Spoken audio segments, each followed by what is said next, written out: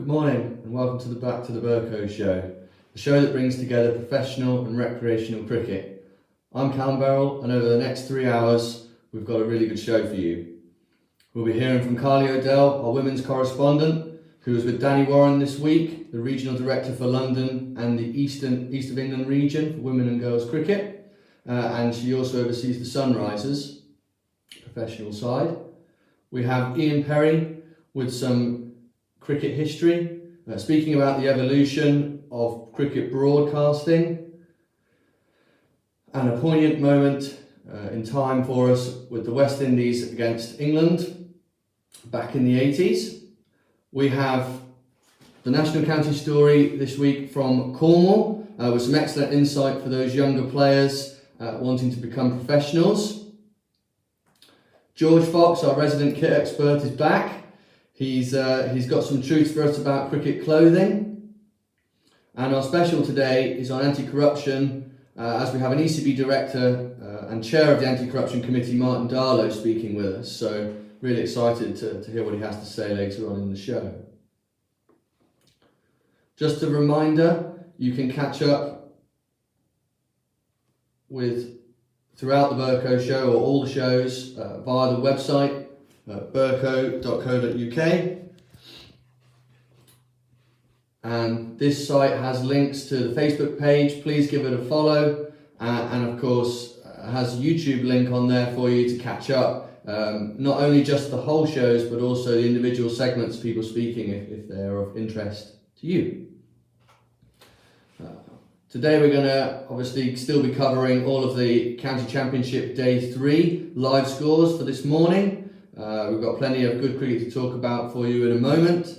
We're also going to have a little bit of a deeper look into game understanding and about looking at the scorecards as well and how to interpret the data that's put in about cricket. And of course we're going to focus on a couple ECB Premier Leagues as the recreational game is now continuing and starting to launch around England and Wales. So on to this week. Just having a little look at what happened last week. Those of you that will remember, I made some predictions. I wonder how they went. I've had a little look this morning. I don't think I did too badly. So just running through Group 1, which comprises of Derbyshire, Worcester, Essex, Durham, Nottinghamshire and Worcestershire. Group 1 fixture last week, Derbyshire versus Worcestershire. Worcestershire won the toss. They elected to field first, which meant Derbyshire were batting first.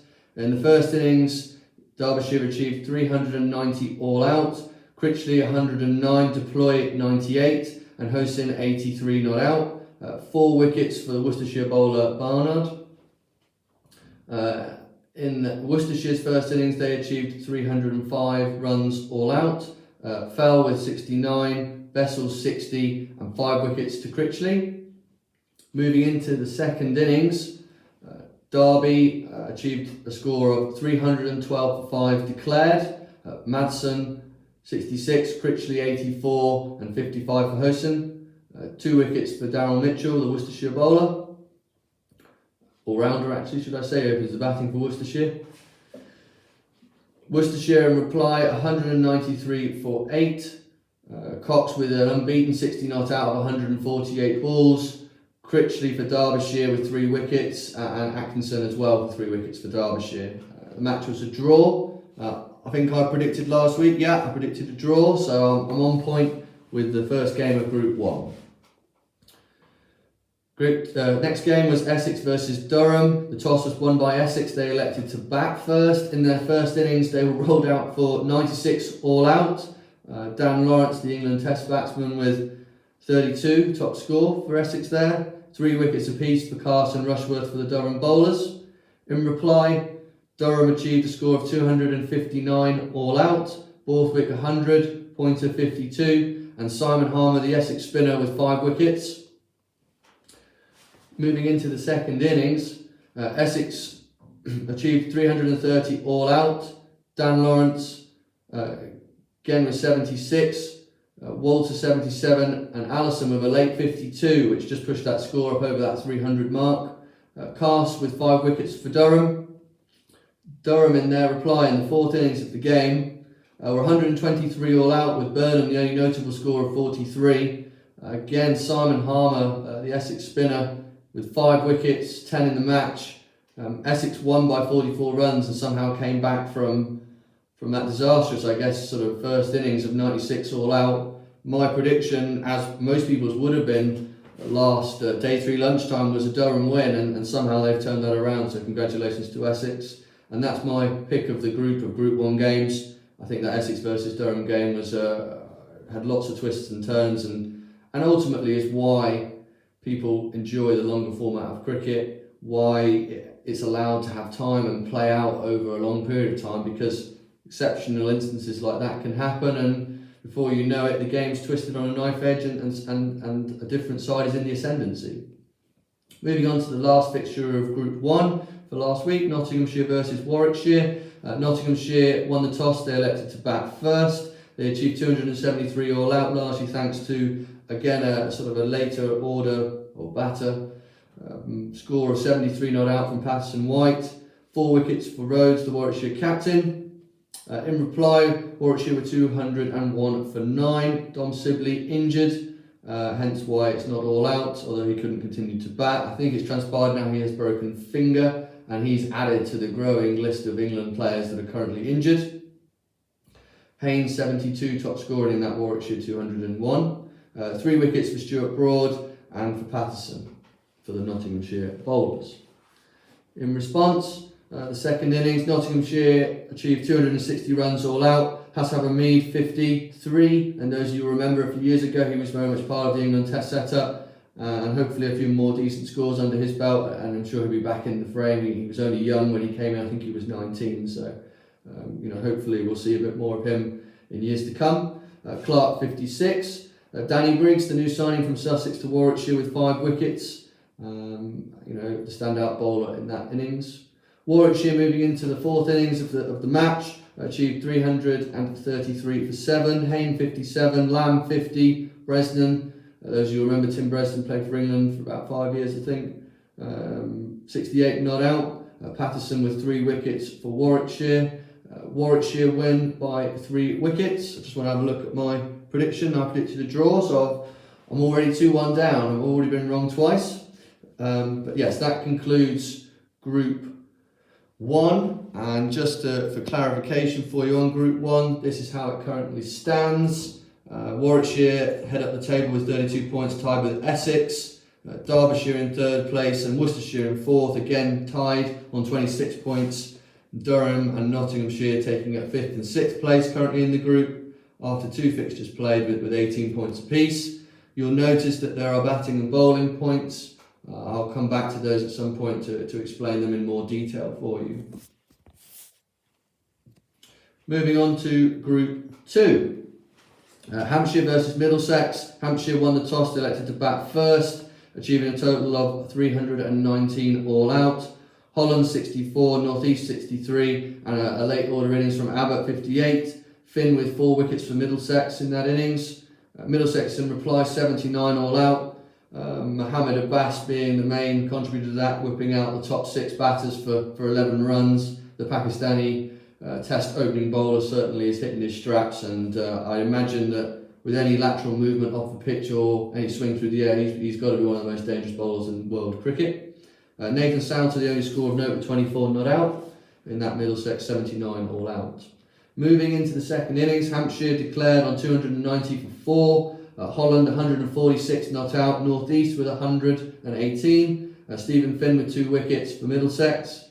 Middlesex in reply 281 all out. Govan 67. Robbie White with 73 and 3 wickets apiece for Abbas, Abbott and Holland.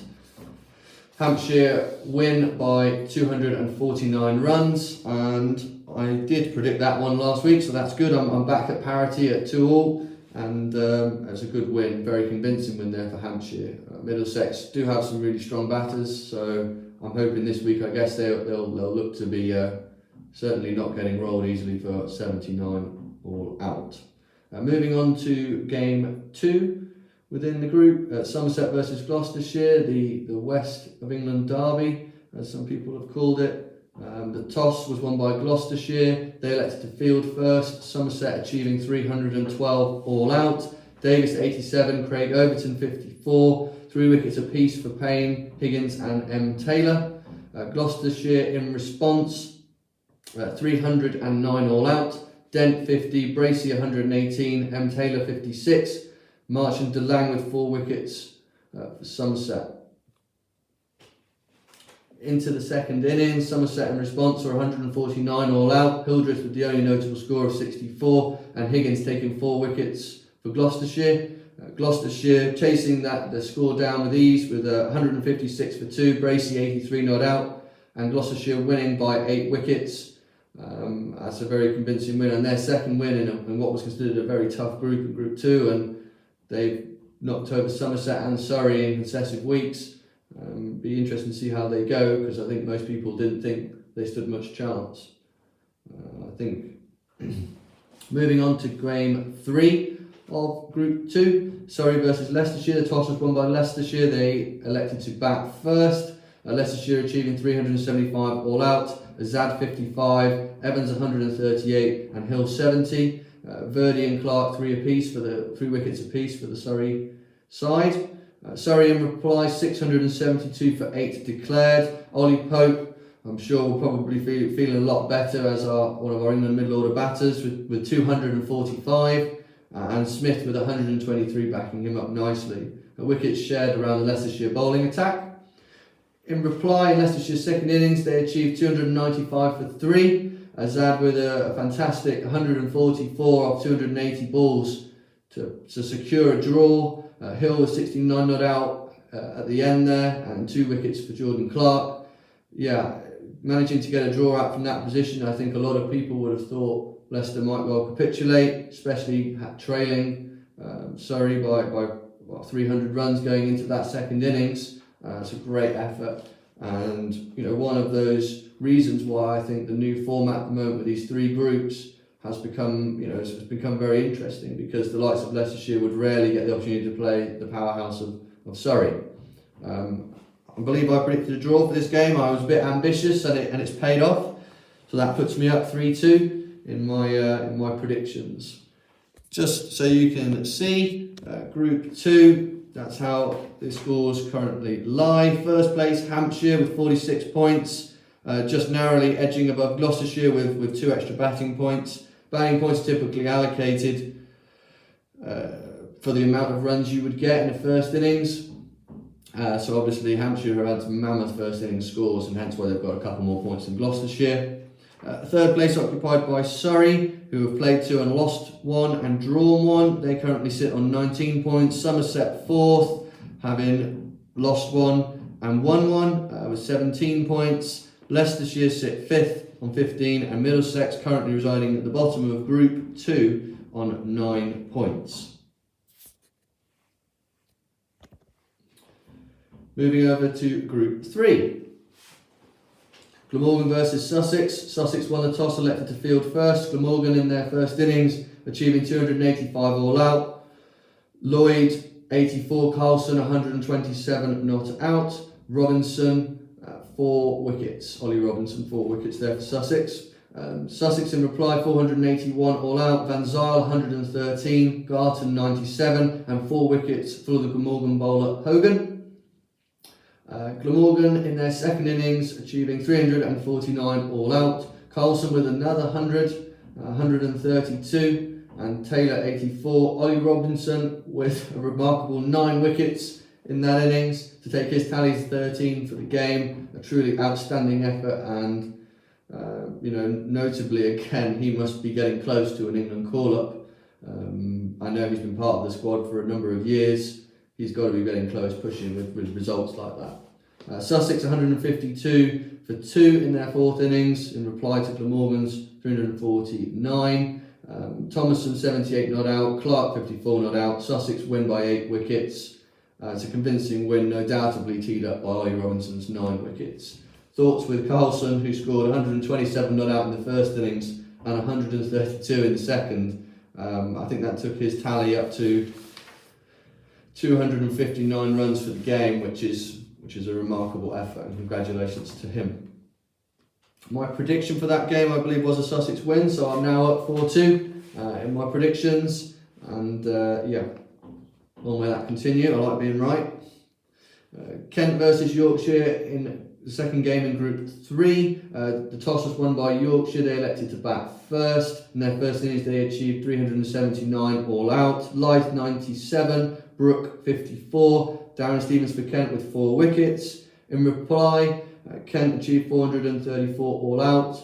Stevens with the top score of 52. I think there were a lot of starts in that innings, and again, Kent famously known for being a strong batting side. I'm sure they'll be looking to go on from those starts in round 3 this week. 3 wickets for Oliver and Patterson, the Yorkshire bowlers. In the second innings, Yorkshire achieved 330 for 5 declared. Lyth with 116, and I'm sure he felt good to get over that 100 mark, having scored 97 in the first innings. And Joe Root, the England Test captain, with 101. Brook with 66 not out. Wickets shared throughout the Kent bowling attack. Kent in reply, 244 for 9. Podmore picked up an injury, I believe, in that game, so that's why it's not all out. Milnes 78, Stevens 47, and David Willey with 5 wickets. And congratulations to Yorkshire, they won by 200 runs. I believe I predicted a draw, which brings me back to 4-3, with me being right, moving into the final game. The last game of Group 3 was Lancashire versus Northamptonshire. The toss was won by Lancashire. They elected to bat first. In their first innings, they achieved 305 all out. Davis 57, Bohannon 68, and 4 wickets for Tom Taylor and Kerrigan for the Northamptonshire bowlers. In reply, Northamptonshire were 177 all out. Rossington 49 being undone by a fantastic delivery from Matt Parkinson. Or Callum Parkinson? I think it's Matt Parkinson, we'll hope. And Kerrigan unbeaten on 45 not out. 3 wickets apiece for Bailey and Parkinson for the Lancashire bowling attack. In reply, in the second innings, Lancashire achieving 296 for 7 declared. Croft 103 not out, standout batter in that innings. And Nathan Butt taking 2 wickets, with the rest of the wickets shared throughout the Northants bowling attack. Northamptonshire in reply, 218 all out. 3 wickets for Parkinson and Luke Wood, formerly of Notts, and actually was on loan at Northamptonshire for a brief spell too. Just noting here that Luke Proctor scored 93 off 294 balls, really tried to stave out for the draw, to stay there. Tom Taylor also 13 runs of 115 balls, a great effort from him down the bottom of the order, and Nathan Buck as well, 20 off 60 balls. To me, it looked like a really resounding effort from Northamptonshire. Unfortunate not to get the draw that they probably did deserve in many respects for that second innings effort, but Lancashire just too strong. I believe I predicted a draw, which leaves me at parity on 4 for my predictions. Just a couple of points to pick up from the round. The England injury list just keeps getting bigger. Dom Sibley now out, Jofra Archer out, Ben Stokes out, and Jimmy Anderson not playing this week's game because of a tight calf. Some standout performers. Critchley for Derbyshire getting 193 runs in his fixture along with 8 wickets. And in the same game, Simon Harmer taking 10 wickets. I think that's... correction, not in the same game, sorry, not in the same game, but Simon Harmer taking 10 wickets. 9 in innings for Ollie Robinson and 13 in the match. Great achievement for him, and I'm sure England will be looking at him closely. And also, in that same game, no, I got it right. The same game, Carlson getting 100 in both innings and totaling 59 runs for the game. It's a fantastic effort, and all credit to him. So we're just going to have a quick look now at round 3. Oh, hang on, I'll do my group for you. Sorry. How Group 3 lies. Sussex sitting at the top with 38 points. Lancashire second with 37 points. Yorkshire in third place with 34. Kent in fourth position with 19. And fifth and sixth tied Northamptonshire and Glamorgan on 18 points apiece. So just looking around the country now at scores live. Obviously we always present on day 3 for that exact fact. It's a turning point in the game. It's normally the critical day. It's the one that makes the difference between that win, lose or draw. So just having a quick look around the country. In Group 1, Durham versus Derbyshire, Durham won the toss, they elected to bat first.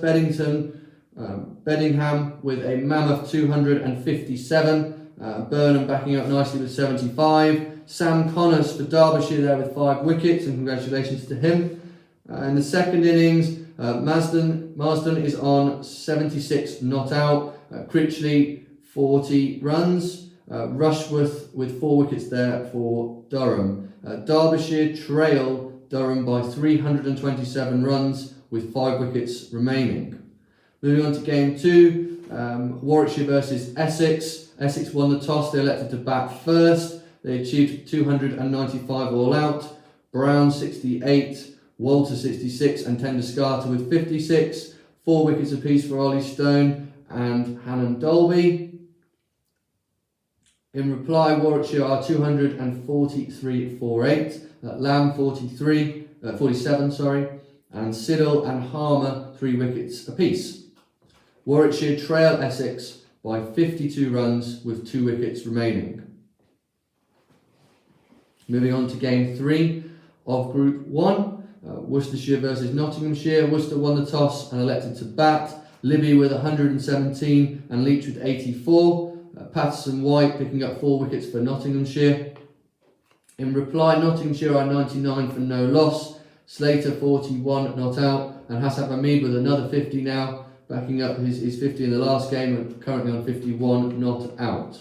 Nottinghamshire trail Worcestershire by 337 runs with 10 wickets remaining. On to Group 2. Hampshire versus Gloucestershire. Hampshire won the toss and elected to bat first, achieving 470 all out. Holland with 114, the US international. Alsop with 149.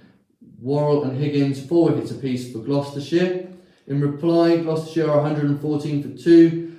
Braithwaite, the West Indian international, opening up now for Gloucestershire with 60. And Bracey currently on 46 not out. Abbas and Dawson 1 wicket apiece for Hampshire. Gloucestershire trail Hampshire by 365 runs, 56 runs. Gloucestershire trail Hampshire by 356 runs with 8 wickets remaining. Moving over to game 2, Leicestershire versus Somerset. Leicestershire won the toss and elected to bat first. They achieved 233 all out. Hill with 68 and Craig Overton with 3 wickets for Somerset. In reply, Somerset were 318 all out. Tom Abel with 88 and Stephen Davis with 56. Mike picking up 3 wickets for Leicestershire. Leicestershire in their second innings against Somerset are currently 48 for 3. Craig Overton with 2 wickets of that innings and Josh Davey with 1. Leicestershire trails Somerset by 37 runs with 7 wickets remaining. You have to say they're probably up against it now, unless that they can have a couple of big partnerships this morning.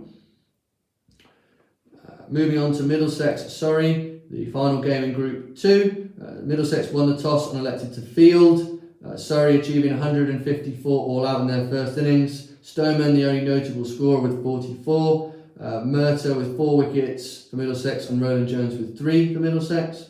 In reply, Middlesex are 268 all out, a long way from their 79 all out last round, which is I thought they'd bounce back. Sam Robson with 95 and Robbie White with 72 in that innings. Reece Topley 4 wickets and Clark 3 for Surrey in that innings. Currently, Surrey are in their second innings. They are 105 for 3. The England opening test batsman, Rory Burns, currently on 54 not out. Wickets shared through the Middlesex bowlers. Surrey trail Middlesex by 9 runs with 7 wickets remaining. Moving on to Group 3. We currently have Kent versus Lancashire. Kent won the toss and elected to field first. Lancashire achieving 525 all out. 2 late order hundreds, one from Wood 119 and one from Lamb 125 in that innings. That would put them in a commanding lead. Wickets were shared throughout the Kent bowlers. In reply, Kent are 85 for 4. Zach Crawley unbeaten on 60 not out, and Luke Wood with 3 out of those 4 wickets for Lancashire. Kent trail Lancashire by 440 runs with 6 wickets remaining. Moving on to game 2 of Group 3, Northamptonshire versus Glamorgan. Northamptonshire won the toss and elected to field first. So Glamorgan in their first innings achieving 407 all out. Lloyd 65, Cook 136. 3 wickets apiece for Wayne Parnell and Gareth Berg. In reply, Northamptonshire are 251 for 7. Saif Zaid with a 41, a battling 41 off 114 balls, supporting his captain Adam Rossington, who's now out for 76. Lloyd with 2 wickets for Glamorgan. Northamptonshire trailed Glamorgan by 156 runs with 3 wickets remaining. On to the final game of Group 3. Sussex versus Yorkshire. Yorkshire won the toss, elected to bat first. They were 150 all out, Lyth 42 and 3 wickets for Garton, the Sussex bowler. In reply, Sussex were 221 all out. Haynes top scoring with 86 and 4 wickets apiece for Oliver and Patterson for the Yorkshire bowling attack. Currently, Yorkshire in their second innings. Lyth is on 60. Lyth out for 66. They are 163 for 5. Carson picking up 3 of those wickets. Yorkshire lead Sussex by 92 runs with 5 wickets remaining. So some really good matchups there, and we'll be bringing you live commentary of those as the show goes on and we work through our segments. So just before we go into the segment, and start of play is set to happen at 11 o'clock. As with all of these things, I like to do a bit of game understanding, these small little pockets of information for those totally brand new to the game, to just get out there, give it a go, try, see how you go with it, enjoy it, challenge yourself. Don't worry if it goes wrong. Cricket really can be played anywhere, at any time. It has been totally overcomplicated. So I'll show you again, as I do every week, the how to begin bowling and batting videos, and then I've also had an update from my challenge last week around cricket in a minute. I'll show you the batting first, and remember, it's as simple as this.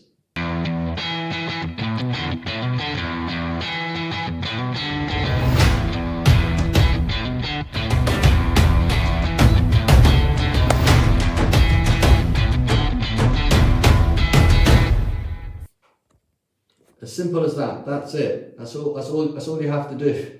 Watch the ball, hit it. Please don't worry about hands and feet and moving. Just watch the ball and hit it. It is as easy as that. Now on to a little bit of bowling.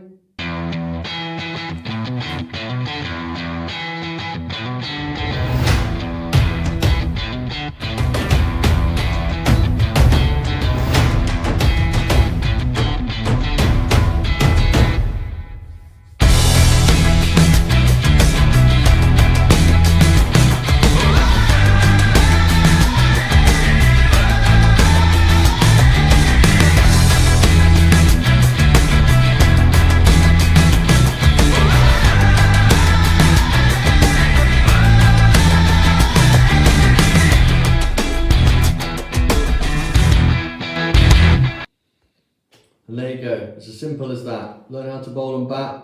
I'm sure you could do it in less than 10 minutes, and you'd be able to bowl and bat and enjoy yourself and go and play some cricket. So please do give it a go.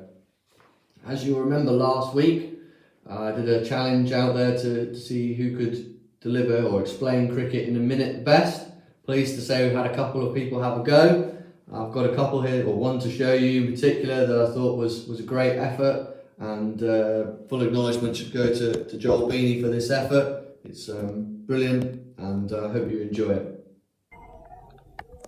Here's my cricket in a minute.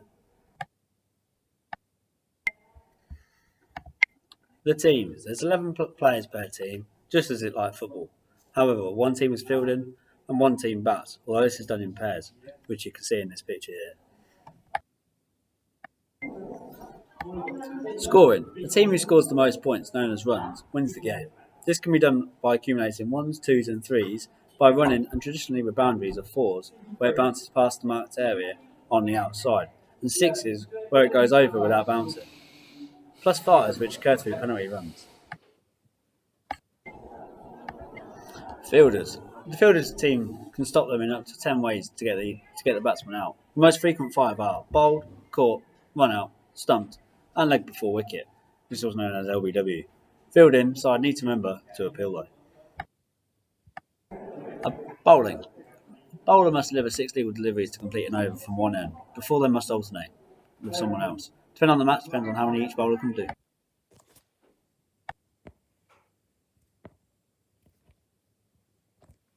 Thank you. Thanks to Joel. Great effort. It's not an easy thing to do at times, so brilliant initiative. And of course, I'll welcome any more goes at it. Like I said, if I think it's better than mine, or if more importantly, you guys think it's better than mine, then I'm more than happy to put it up on the website and get it up for the world to see. So, great effort, Joel. Keep working on it. And I thought it was a really, really great first effort. As you'll know, the players gone live around the country, so the games will start to come alive, and we'll soon have some scores updates for you. Just as I spoke about at the beginning, I'd like to just go through a batting scorecard very simply, just in case those of you that want to take a little bit more of a look on the BBC page or the ECB website around the scores around the country. Then hopefully this will help you understand what's going on. So just looking here, so you can see that this is an excerpt taken from Essex's inning last week. Obviously they'll show you the names, and they will also show you the bowler, so with the B. So let's say Nick Brown, for instance, at that top line. The bowler was Chris Ruthworth, and that's where they put him. And then they'll also give you more information around the mode of dismissal. So for instance, it will show you whether they were caught, who they were caught by, and unfortunately there isn't an LBW on there for you, but normally it would show you, or if you're run out, it will show you, there is an LBW, there you go, Alistair Cook, LBW, second one down by Chris Ruthworth, so that's leg before wicket, and if there's a run out, it will normally say the words run out in brackets, and as you can see also, it highlights the captain, Tom Wesley, the wicketkeeper, Adam Wheater with the little symbols and the red. Jamie Porter, you can see there, was not out. At the bottom it shows extras, so NB meaning no balls. So they were where your front foot steps over the line when you're bowling the delivery. 4 of those for that innings. Leg byes is where the ball hits the pads with a batter playing a shot, but the batter misses it, hits the pads, and they get a run. Ultimately, it's not come off the bat, so it can't count as runs, hence why it is given as a leg bye. Moving across the page, so just underneath the title Essex first innings, you'll see a run rate of 2.31. That just shows you how fast they were scoring. So the run rate is typically done per an over. An over is 6 legal deliveries. So ultimately, Essex's innings, they were scoring 2.31 runs per over throughout over their whole innings. You can see obviously the runs column, that's what they achieved. The balls is the number of deliveries they faced. The strike rate is effectively how many runs they've got for how many deliveries they faced. So if you got 10 runs off 10 balls, you'd have a strike rate of 100, because 10 over 10 is 1. You multiply that by 100, that would be 100.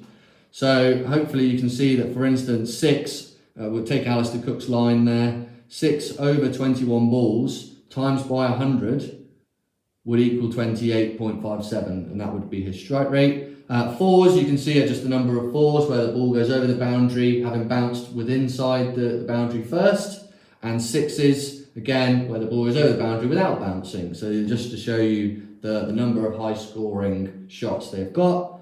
Down at the bottom, you'll see the total. It'll say that all 10 wickets have been taken, and it also shows you the number of overs that the innings took to complete.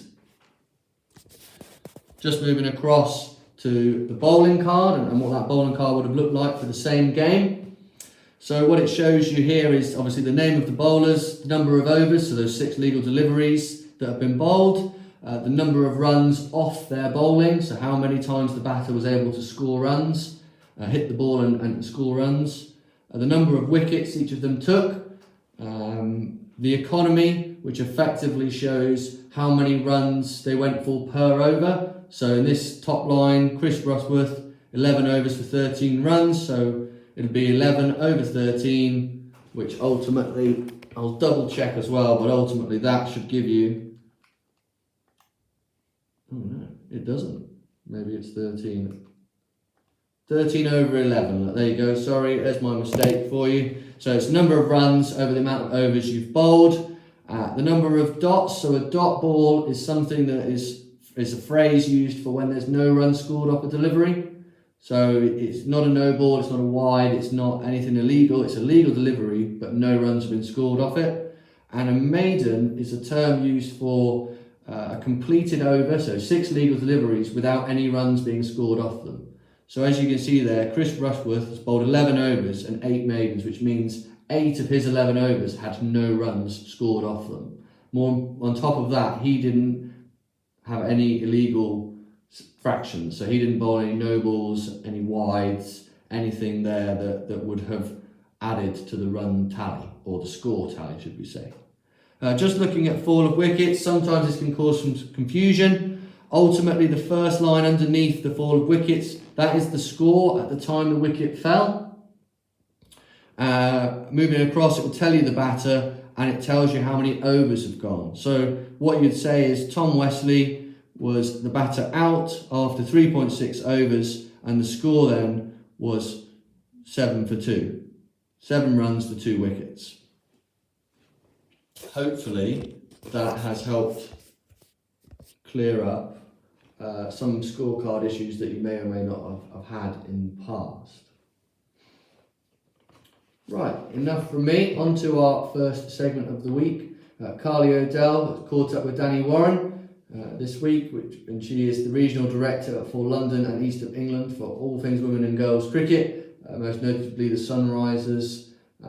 And yeah, here you go. This is what a bit Carly had been up to and found out for us this week. Enjoy.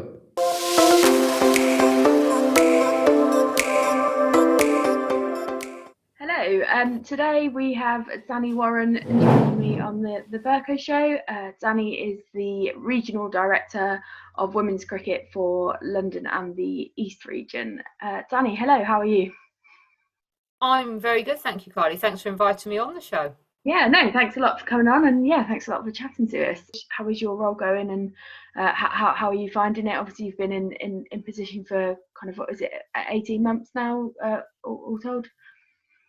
It feels about 18 months. It's probably, actually, to be honest, I've probably had my 1-year anniversary the last week or so. So it's, the amount, I'll be honest, the amount it feels like we achieved in the last 12 months, it could be 18 months, it probably could be 2 or 3 years, because we've lived a few different lifetimes in the last year, haven't we? Both cricket-wise, but also as a society. So in terms of where we're going, like we're just really excited to get out on the field again this summer.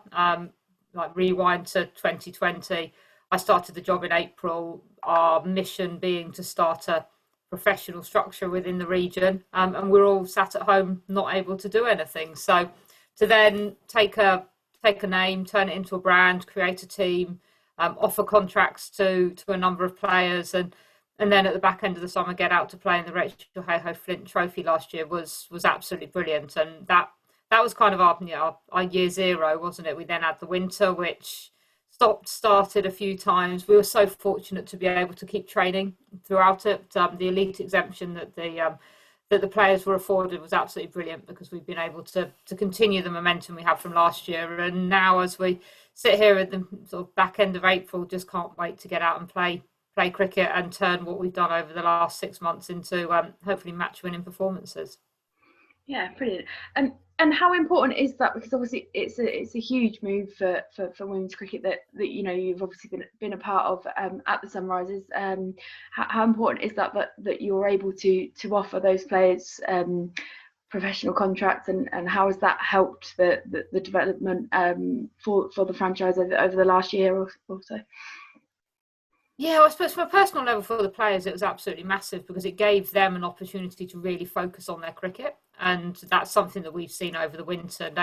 Without having to juggle studies, full-time jobs and other things that traditionally the top level players have had to do, we've been able to focus a lot more of their time on the things that will help them develop as players, both in terms of their cricket, but also in terms of their physical conditioning, the nutrition that they use to help themselves prepare, their lifestyle, their mentality. We've been able to put those in place because they haven't got the distractions outside. So from their perspective, it's been absolutely brilliant. And one of the nice things, I suppose, around COVID from our perspective is because other people have been at home, they've had a bit more flexibility. So outside of the 5 full-time players, we've been able to work with a slightly wider squad over the last 3-4 months where they've been able to get access to regular training, regular support, and using the medium of Zoom, you don't have to drag people out of the house to have good conversations. So it's been really, really lovely just to see the development of players, to see how they've benefited from the support they've had, from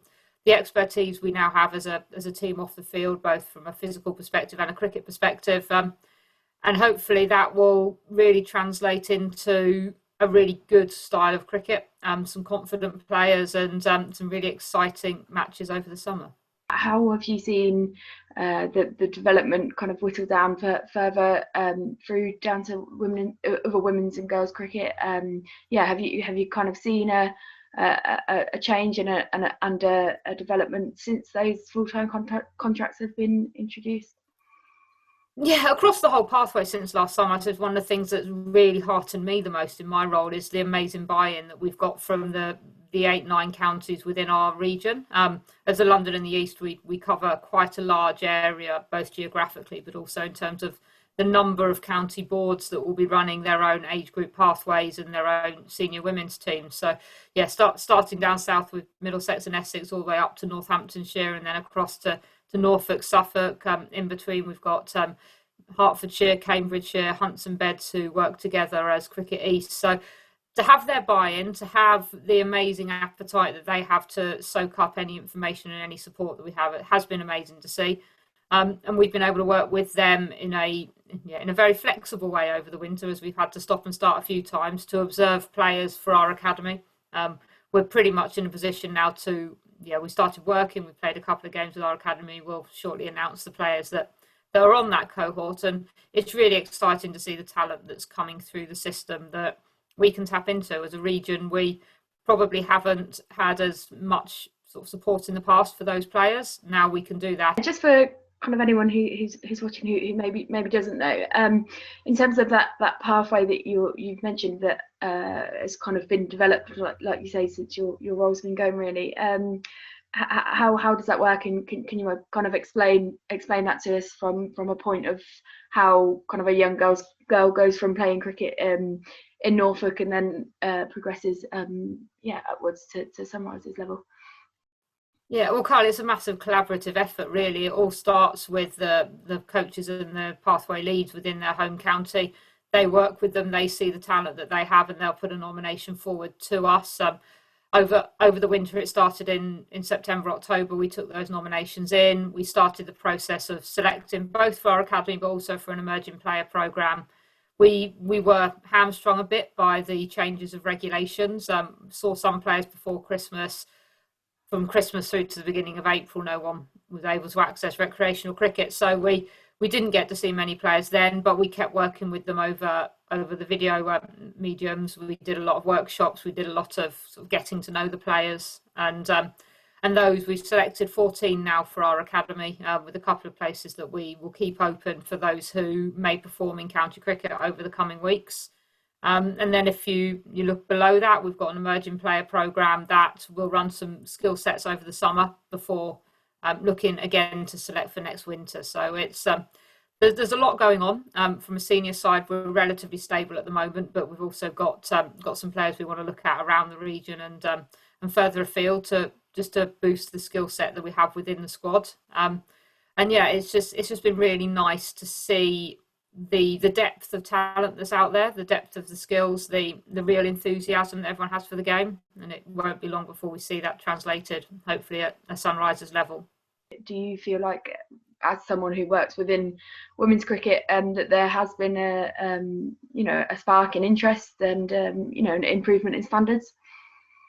Yeah, I've worked in cricket and women's cricket in some way for probably coming on to 20 years now, having been involved as a player and a coach and in the administration and management. I think the game is growing every year. The more we can create role models, the more we can show young girls and inspire young players or older players, if they haven't played before, if they want to come back to the game, the product on the field, the more we can get the girls that we have in the squad, someone like Jo Gardner, who came through the Northants system, to really get girls to understand that this is the end of the rainbow, the chance that they want to jump for, then there's only going to be an increase in standards because people can see what they actually can achieve that way. So we're really keen over the summer that as soon as we're able to, we're obviously slightly in the dark as to when we can get crowds in, but the real hope is that we'll be able to get some really good supporters numbers into grounds over the summer. Let them see the girls play, let them see how great their skills are, and within that crowd, no doubt there will be a couple of young girls who will be dreaming that they'll be able to go on and do that in the future, and we'll know their names in 10-15 years time. How important is it for you for girls to keep going out to clubs and training and playing with them, and with the hope to and enthusiasm, like you say, to work their way up? Oh, it's massively important. Like there's no player out there that's got to the top without starting at their local club. There's stories of their first experience of cricket being down there with family members, watching family members play on the side of the boundary. That's a story that runs through everyone who goes on and achieves their dream and reaches it to the top. So I think that we are so invested in that club system in the region. We want to support it. We want to make sure that the counties within it have all the resources that they can to inspire players and to encourage players to go back and play as often as possible. We'll support our players to go back and play as often as they can around their schedule. And the more you play, the better you get. You learn so much in a sports hall, but you learn a hell of a lot more when you walk out on the field. And unfortunately, you make some mistakes, but that's how we all develop our understanding, our decision making, our confidence and our belief. And the more that players can play from a young age all the way through to a slightly more experienced level within those club environments, you get the cricketing experience, but you also get that social experience, and you really understand how great this game is, that it creates friendships and partnerships that you'll probably spend the rest of your life enjoying. Yeah, and I think that's really important to touch on, isn't it? Because if there are any, like young girls out there wanting to get involved, this is a massive selling point. What do you see kind of in the future for Sunrisers, but for women's cricket as a whole as well? What's next? Well, I know certainly within our region we've got some huge ambitions to take the game to whatever level we're able to take it to. As I touched on earlier, we want to get crowds into the grounds this summer. We want to be able to sell as many tickets as we can, and our ultimate dream is to sell grounds out, to be somewhere like Northampton on the bank holiday weekend in August with a full house of local cricket fans, male, female, young and old, supporting the girls. And that's going to drive the development of the game. That will help us prove that there's a product there for us to grow. The more contracts we can get, the greater the product will be at the end, and obviously the greater the opportunity for those girls to achieve their dreams. So yeah, if you like, we're ambitious. We've got a lot of plans to take it forward, but this summer's a real opportunity for us. There will be an opening up, and people are desperate to go and watch live sport, and we'd like to jump on the back of that and show people what we have on offer. But that said as well, the 100's coming, which is going to get quite a lot of bandwidth over the summer. We've got 4 of our girls signed up to teams around the country, and hopefully a few more will pick up contracts in the coming months. And it's just a chance for the game to be seen a bit more, and opportunities like this to speak to you and to your fans and members will hopefully help other people realise that Sunrisers are a team that want to represent this region but also represent women's cricket. As we said earlier, you've worked in cricket and women's cricket for a long time. What would your advice be to anyone, any girls wanting to get involved, or like you say, any older women who are wanting to start up or rejoin the sport? What would your kind of advice be to them? Yeah, I think there's a reason that anyone who gets involved in cricket stays in cricket, and the more you think about it, you realise it's mainly because the people involved are absolutely brilliant, and you make some amazing friends. You get the opportunity to really get to know people who, in some ways, are like-minded, but in some ways, open your eyes and are a very diverse group of people to spend your time with. So I think the biggest piece of advice that I've kind of ever really been given, and I'd like to pass on, is that the more you invest, the more you get back.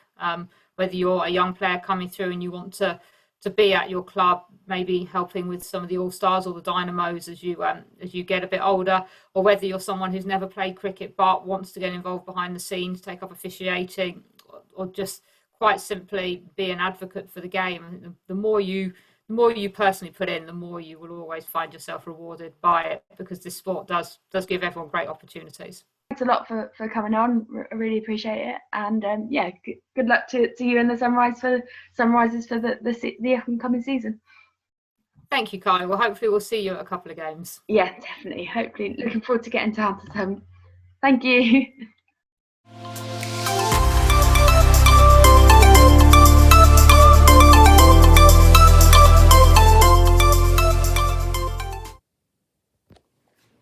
Thanks to Carly there, and thanks to Danny for taking some time out of her very busy schedule to come and be interviewed for the Berrco Show.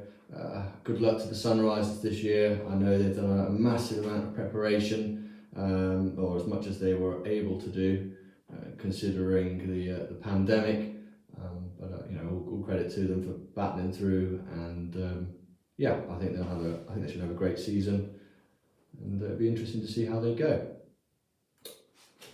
Okay, just having a quick look around the country, but before we do that, I just need to correct myself on the predictions I did last week. I actually won it 5-4. I thought it was 4-4, but then I suddenly remembered there are 9 fixtures, so that's impossible. So for once, I actually did get it right, and I'm pleased with that. My little moment. Right, around the country. Okay, so Durham versus Derbyshire. Overnight they were 148 for 5. They've just lost a wicket. I believe it was the wicket of Madsen, who was their batting number 4 for 76. Bowled P. Coughlin, caught Burnham, and that's quite a big wicket, I would have thought, in the state of the game, considering Derbyshire still trail Durham by 309 runs. They do still have 4 wickets remaining, and hopefully, if their tail can wag, then they might get to parity with Durham and at least have a draw on the cards, or the opportunity of winning the game. 4 wickets still for Rushworth. Rain 1, Coughlin 1. Derbyshire trailed Durham by 309 runs with 4 wickets remaining. Warwickshire started the day on 243 for 8. They currently have just lost a wicket in the time I've been speaking with you. The wicket of Mills. He's gone for 25, bowled LBW to Porter. That's leg before wicket for those that are unsure. Now it looks as though they are 264 for 9. They still trail Warwickshire. Warwickshire still trail Essex by 31 runs with 1 wicket remaining. Briggs is on 49 not out at the crease of 107 balls. Hannon Dolby with him on 1. So hopefully at least Hannon Dolby will be trying to stick around to get Briggs on strike and hopefully get him to his 50 and reduce that deficit of 31 runs. Just to confirm, Warwickshire trail Essex by 31 runs with 1 wicket remaining. Moving across to Worcestershire versus Nottinghamshire, there has now been a wicket. There wasn't when I previously looked. They are 115 for 1. The wicket to fall being Slater. Bowled D'Oliveira caught Mitchell for 45 runs off 140 balls. Hassab Hamid still there on 63 not out. And Ben Duckett is now currently naught of 1 ball, not out, and looking to probably build an innings. It looks to me as though the instruction for the Nottinghamshire openers was to spend some time at the crease. They certainly have, respectively having strike rates in the 30s and ultimately spending 300 balls there themselves, which is 50 overs actually. So that's a normal one-day innings that they've spent just as a pair. Wicket fell to D'Oliveira. Nottinghamshire trail Worcestershire by 321 runs with 9 wickets remaining. Over to Group 2. We've got Hampshire versus Gloucestershire. Since we last looked, Gloucestershire have lost no wickets. Bracey has now moved on to 47 not out. Lace is on 13 not out.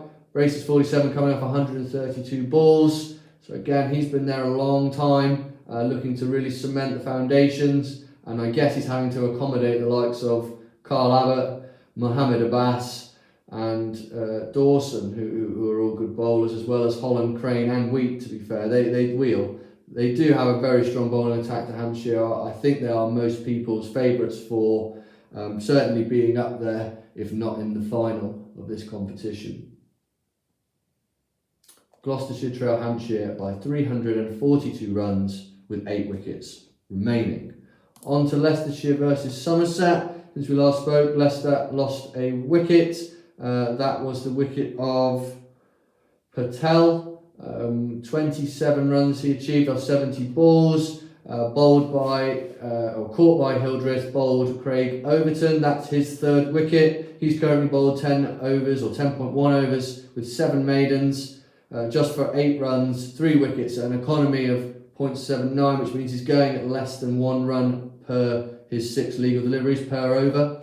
So it's a formidable piece of bowling from him. Leicestershire trail Somerset still by 25 runs with 6 wickets remaining. You have to say they're up against it, unless the likes of Hill, who's currently on 18 not out, and Swindles 1 not out, can create a large partnership. I imagine that time is also not in their favour. I mean, you've still got 6 sessions left in the game. You'd back Somerset to chase anything around that 275 mark within a day comfortably. So they'd be looking to not only try and get a lead of anything 250 plus, but also to take some time out of the game. Hopefully, probably back most of today. And I imagine in some respects, depending on how many runs they're scoring, they'll probably try and back into tomorrow too, if possible. On to our Leicestershire trail Somerset by 25 runs with 6 wickets remaining. On to our final game for Group 2. Since we last spoke, Surrey have lost 1 wicket. That was the wicket of England Test opening batsman Rory Burns. He doesn't make any more in his overnight score. He's gone for 54 of 103 balls. Court Simpson, the Middlesex keeper, off the bowling of Bamber. Smith now joins Folkes at the crease. Folkes on 16 not out of 52 balls. You have to say again, it's quite a well-balanced game. Surrey trail Middlesex by 2 runs with 6 wickets remaining. It looks as though... Oh no, that's their second innings. Surrey are in trouble then here. Surrey in their second innings, so not their first innings, their second innings, trail Middlesex, by 2 runs with 6 wickets remaining. They'll be looking to try and get a partnership here. Folkes and Smith probably the key. Folkes being the key in that partnership. Look to again take some time out of the game as well as get a lead. Middlesex, I would argue, will challenge anything from 220. They'll certainly chase anything around that 180 to 220 mark. Surrey need a decent partnership here to get ahead of the game and to get a score on the board for that final 4th innings. Over to Group 3, going across to Kent versus Lancashire. Since we last spoke, Kent have lost a wicket, that wicket being Zach Crawley, so it's not a great opening 20 minutes for England with Rory Burns going out for Surrey and now Zach Crawley coming out for Kent. He achieved 60 runs off 65 balls, a strike rate of 92. Again, he's an aggressive batter, he's looking to score, perhaps a little overconfident in these early fixtures. Certainly from what I saw on Hamptonshire, he looked like he was timing it really well, but just slightly overconfident, especially in early season cricket where the ball does move around a bit. Tends to sometimes be your downfall. Having said that, 60 runs on the board for him, bowled by Court Davis, bowled by Bailey. Kuhn and Robinson at the crease. Kuhn on 8 not out of 38 balls. Robinson 3 runs off 13 balls, not out at the crease. Bailey 2 wickets. Luke Wood 3 wickets. The game quite interestingly poised. Kent trail Lancashire by 426 runs with 5 wickets remaining. Although that deficit is massive, it's still only Kent's first innings. They still have 5 wickets remaining. There are only 6 sessions left in the game. You'd think that if they can bat maybe the morning session and the afternoon session before that evening session, they've got a good chance of getting a draw or getting something out of this game. Over to Northamptonshire versus Glamorgan, our second game in Group 3. Northamptonshire are now 294 for 7. They haven't lost any wickets. They've gained about 40 runs. Runs going to Wayne Parnell, who's currently on 42 not out, and Gareth Berg currently on 36 not out. It looks as though Northamptonshire, they have avoided the follow-on, which is where you're 150 runs behind your opponents after the first innings has completed. Northamptonshire trailed Glamorgan by 113 runs with 3 wickets remaining. You have to say they're looking to get that 113 runs down as low as possible. If you're Northamptonshire and if you're Glamorgan, you're looking to see if you can break this partnership of Parnell and Berg and wrap up the tail pretty fast and start to look to bat maybe to lunch, then the afternoon session into the evening session and post a commanding lead, probably 250 plus. Over to our final game in the group, Sussex versus Yorkshire. Since we last spoke, Yorkshire have not lost any wickets. Gary Balance, it's great to see him back on 51 not out of 124 balls. He's joined with Patterson at the crease, who's on 8 not out, 3 wickets for Carson. Yorkshire currently leads Sussex by 113 runs with 5 wickets remaining in their second innings. So they've got these 5 wickets to try and get again 250, maybe a lead of 300. Put some pressure on Sussex going into the final day. So that completes our roundup of around the country of first class scores. Just a few, as we'll be doing, our ECB Premier Leagues are now running, the recreational cricket around the country. We're looking to recognise them, and from this, I've just picked up a couple of leagues for you to have a look through. I will be going to the Cornwall League later on, although their fixtures don't appear to start until 1 o'clock. Having said that, last week, Callington beat Warrington. Truro took 2 points from Camborne. Penzance beat Grandpound Road. Weybridge beat St Austell's, and Redruth beat St Just CC. So down there on that southwest tip of the country. Also, it's the first round of the Northamptonshire Cricket League this week. The Premier League is in action.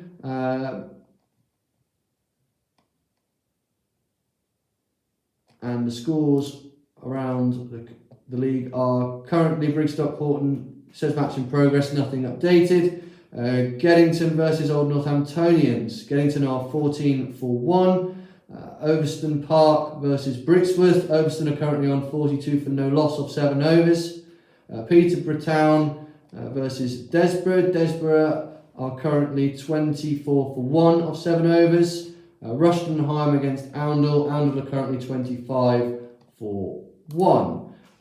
Just looking back onto last week and a couple of the scores around the leagues we looked at. We looked at the East Anglian Premier League, just for those of you that follow it. Sawston versus Babraham. They won with 331 for 7 off their 50 overs. Burwell and Exening 201 all out. Great Witchingham won by 2 wickets against Frinton-on-Sea. Frinton-on-Sea with a score of 317 for 5, a very respectable score, with Great Witchingham achieving it in the final over, 320 for 8, so it looked like a very exciting opening game of the season for them. Bury St Edmunds beat Horsford by 7 wickets. Horsford were 154 all out of their 50 overs. or 49.4 overs, and Bury St Edmunds achieving that 3 down, achieving 155 off 45.4 overs. Mildenhall beat Saffron Walden. Saffron Walden 217 all out. Mildenhall batting first with 263 for 7 off their 50 overs, and Saffron Walden 217 all out, 46 overs. Sudbury beating Cambridge. Sudbury with 235 all out of their 49.2 overs, and Cambridge 160 all out of 42 overs. Swarston won by 8 wickets, beating Copdock. Copdock were 154 all out. Swarston with 157, chasing that down, 2 down in 27 overs. Just onto the Birmingham and District League from last week. They will start at 12 o'clock today for those interested. Last week, Berkswell beat Smethwick by 124 runs. Walsall beat Kidderminster by 2 runs. That looking like a very exciting game there. Kidderminster 205 all out, chasing 207 all out from Walsall. So that was a really tight, exciting game. Shrewsbury beat Knowle and Dorridge. Shrewsbury 220 all out, Knowle and Dorridge 95 all out. Barnet Green beat Mouseley. Barnet Green 261 for 6, Mouseley 87 all out. West Bromwich Dartmouth beat Ombersley. Ombersley achieving 154 in the first innings, West Brom achieving that 8 down. Leamington beat Shifnal by 5 wickets. Shifnal 124 all out, and Leamington 129.5 off their 28.2 overs. So there's a couple of roundups of some of the games going on around the country. And again, you can follow all those games on Play Cricket. You simply Google the league you want to follow, so East Anglian Premier League, and type Play Cricket next to it on Google, and it will pop up for you. And normally if you go under the fixtures tab or the matches tab, it should pop up live, and you should see the scores and the associated scorecards with each fixture. Okay, so now we move on to a little bit of cricket history. We've got Ian Perry back with us. He's done a lot of research into cricket broadcasting and the evolution of it, including this very show. He also has got a great moment back in the 80s, a turning point, I think, for England and the West Indies. Certainly, you can't go into cricket history without acknowledging the West Indian fast bowling quartet of Holding, Croft, Garner and Roberts, and he certainly has done a great job of finding out some more. Hope you enjoy.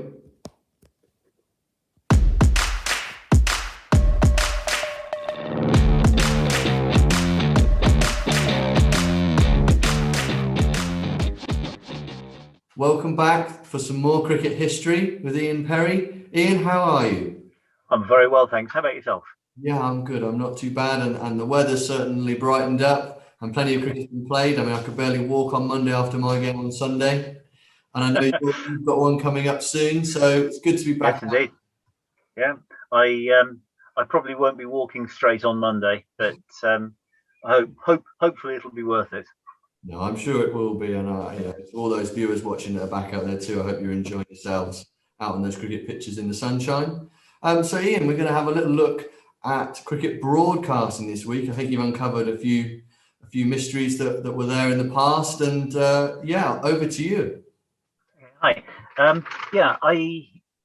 Before I say anything else, I really want to recommend an article written by Dr. Narotnam Puri. It's on the cricketnext.com site. It's about radio broadcasting particularly, but it's a beautiful article. It's very warm. It's very embracing about how cricket has been broadcast on the radio, and particularly in India. But before we go too much further into the commentary itself, just as a reminder, thinking about communications technology and how that has influenced the ability to communicate about cricket. When you go back to when Test cricket started in the 1880s, by then we had undersea telegraph cables pretty much netting the whole world, even down to Australia, went via India, Java, and down into the Northern Territories and then across Australia.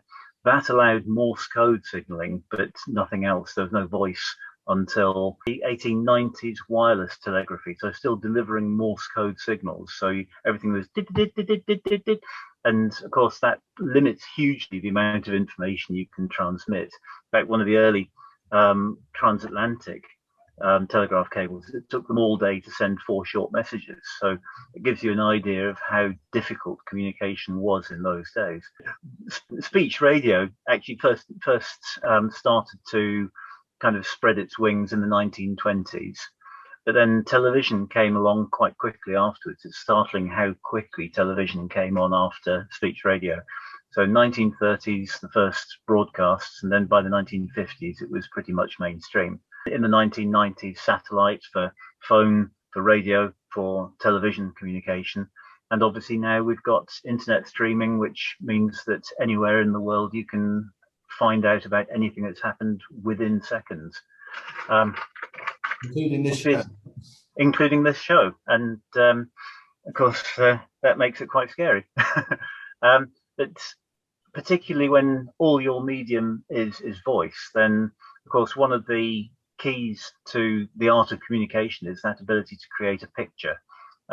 Obviously, when you're commentating to TV coverage, what you're trying to do is just add a little bit of detail, a little bit of granularity to what's going on the pitch and some context. But on radio, where your audience has nothing but just simply the words that are coming out of the radio to get the picture, what you're trying to do is actually create not just simply a narrative of what's going on, but almost make the audience feel as if they're part of it, as if they're at the ground watching it in front of them. And of course, I love the BBC Radio 4 tagline that the pictures are better on radio, because your imagination is so powerful. How cricket commentary and cricket broadcasting began, it's actually a surprise to many people to learn that the first time that cricket commentary was delivered was actually in Australia. It was in 1922, and it was apparently a testimonial match for Charles Bannerman, who was the first Test centurion. But in the UK, about 5 years later, Essex playing New Zealand on tour, and they attempted the first commentary. And in fact, that commentary was being delivered by Pelham Warner, the former England captain, in his latter years as a player, but soon to become the chairman of selectors, tour manager for the Bodyline tour, writer, of course, and president of the MCC. He wasn't very comfortable with the medium and was replaced quite quickly by a chap called Frank Gillingham, who had the great misfortune to start his career on a very wet day, and so blighted by that most English of traditions, the words "rain stopped play." And the art of the broadcaster is how you fill those difficult spaces where there's nothing to talk about. And he struggled to the point where he ended up even reading the advertising wording on the hoardings around the ground.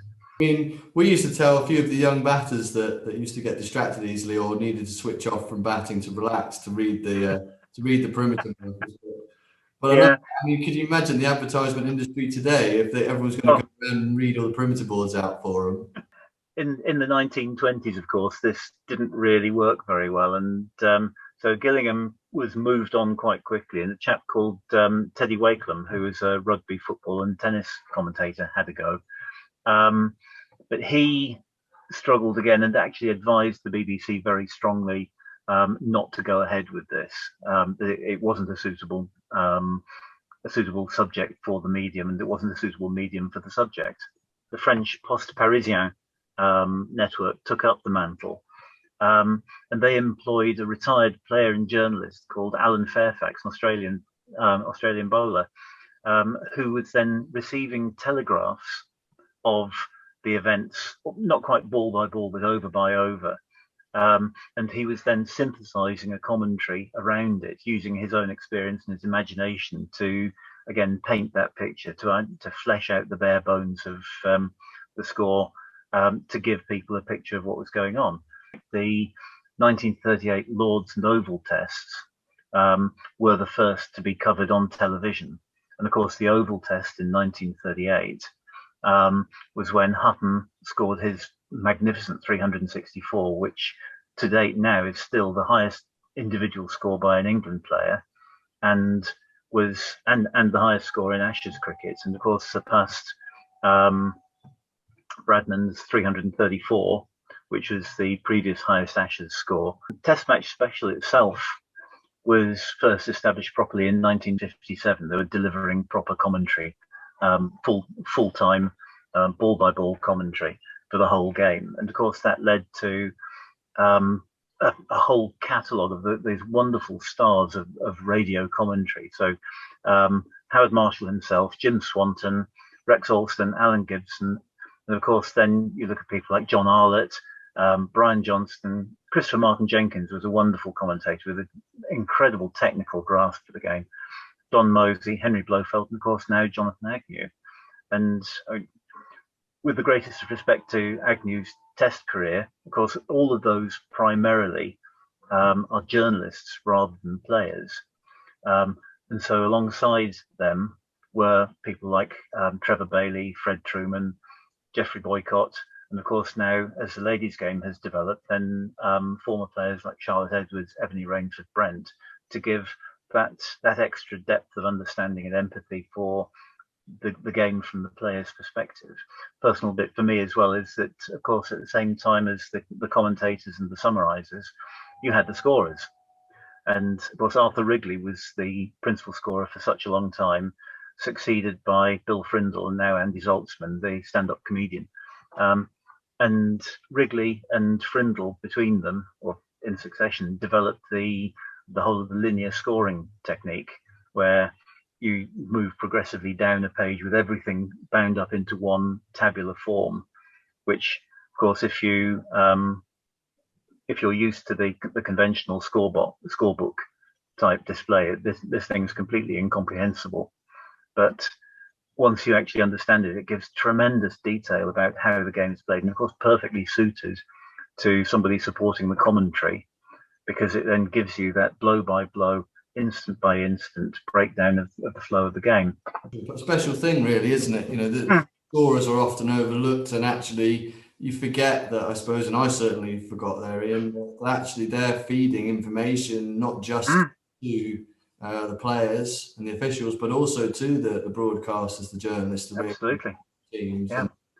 And I think, that's a really, really valid point, especially in today's sort of industry of the business of cricket, whereby it's so far spread and ultimately there's so much interest around the world as well as with domestically that this is demand. Yeah. So really, it's a very high pressure job. Very much so, yes.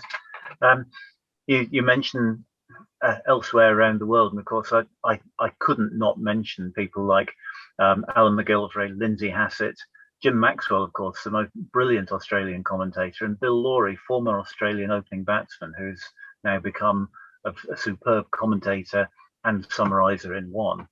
In India, Devraj Puri, the Maharaja of Vizianagram, which is a wonderful name, and Dickie Ratnagar, Vijay Merchant, and of course Harsha Bogle, all brilliant commentators. Well, the Maharaja was a brilliant storyteller, not necessarily the greatest of commentators. There is one I do love, and I don't know if you mentioned him, which is Richie Benno. Of course, I hadn't mentioned Benno. I was going to come to him. Oh, have I stolen it? I've took it for the viewers. I've stolen it from you. Oh no! Yes, have my sandwiches. But the other thing actually about the Indian commentators was that, of course, all of those commentators I've named were commenting in English, because effectively the elite of society in India was, of course, mostly Anglophone. But in the late 1950s, Hindi speakers started to deliver commentary alongside the English speakers, and that had a massive impact in taking the game out of the elite and into the rest of the country, to the rest of the population. And of course, as other languages as well as Hindi started to get spoken by the commentators, then of course that broadened the appeal even further. And it had a massive impact on the spread of the game in India and its popularity and its effectively becoming part of the culture of the country. Into the new millennium, of course, Channel 4 then took up the mantle, and the Ashes coverage 2005, brilliant coverage, loads of imaginative use of different camera angles, very significant investment in delivering really good coverage. Caught the imagination of the nation, just like in 1981. It truly was an epoch-changing moment. And of course, cricket then part of the what was termed the crown jewels of sport, where these were the sports that had to be kept on terrestrial free-to-air television. But then they'd been before that last phase of contracts had actually run out. It had been taken off the list, which meant that obviously 2005 into 2006, cricket disappeared behind, or television coverage disappeared behind the paywall. And this has created, of course, a fantastic coverage, because Sky particularly have invested a huge amount in getting those camera angles, in getting technologies like the predictive trajectory modeling. So Hawkeye, Snicko, Ultra Edge, Hotspot have contributed a huge amount to the audience's engagement with the game, with the detail of what's happening. But of course, the other side of the coin is that the audience is that much smaller. Granted, when there are highlights available on Channel 5, that can still keep people engaged in this sort of dinner-sized portion of the cricket, with all the balls being flat battered back to the bowler taken out. But it does create a massive challenge. And this is a challenge that ECB is working really hard to try and tackle now, which is how do you maintain accessibility of the game to a mainstream audience? And of course, you've got, on the one hand, you've got this fantastic coverage that goes to established fans who've made the commitment to pay the subscription. But then how do you actually access not only the rest of the fans who can't afford to pay the subscription, but also how do you pick up all the people who might opportunistically watch it if it was free to air in front of them, and then actually become fans? And this is kind of squaring the circle that the ECB is working very hard, as I understand it, to try and tackle. Just to finish off, of course, one thing we haven't touched on is live streaming, right? Because of course, alongside the natural flow of subscription coverage, we've got, particularly coming from a lot of Southeast Asian platforms, where of course the game is such a religion, we're actually seeing quite a lot of live streaming, and of course that flows naturally into social media, which of course is where we come in here. As our viewers know, in this section we typically finish our history section with either a family tale or a moment in time. Ian, what have you got for us this week? This week we're going to look at an over bowled by one of the best fast bowlers ever in the game, bowling to one of the most stubborn, determined, cussed, awkward opening batsmen. We're going back to 1981, but of course it's not in England. This is England's tour to the West Indies. It was a tour that was full of drama. It was full of controversy. England lost the first test by an innings. It was a heavy defeat. But in the second test, when they got to Guyana, of course, one of the tour party was Robin Jackman, who had previously been touring and coaching in South Africa. And the government in Guyana then withdrew his visa, which meant that then he couldn't be actually in the country.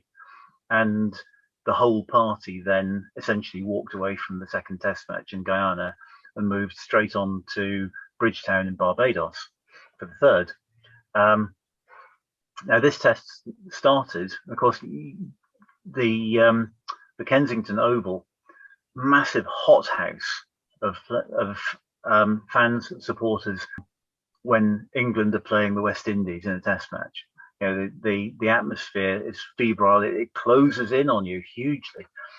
And the match started with England, with Jackman actually taking several wickets, West Indies being rolled being rolled over by England for 265. Now, that was built around a century by Clive Lloyd, but without Lloyd's contribution, of course, they would have been deep in the mire. England started their reply, and of course, that hothouse is now really building because the West Indies crowd knows that their fast bowlers, Andy Roberts, Michael Holding, Colin Croft, and Joel Garner have got to deliver. They've got to really put some pressure on England very quickly.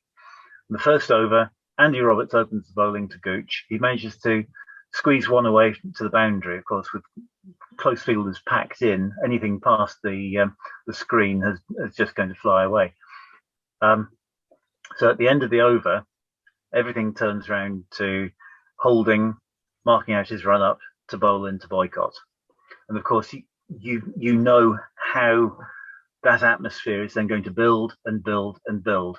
And so Holding comes in, the first ball, spat off a length, Boycott just over it, took it on the glove, managed to get over it, one bounce into slip.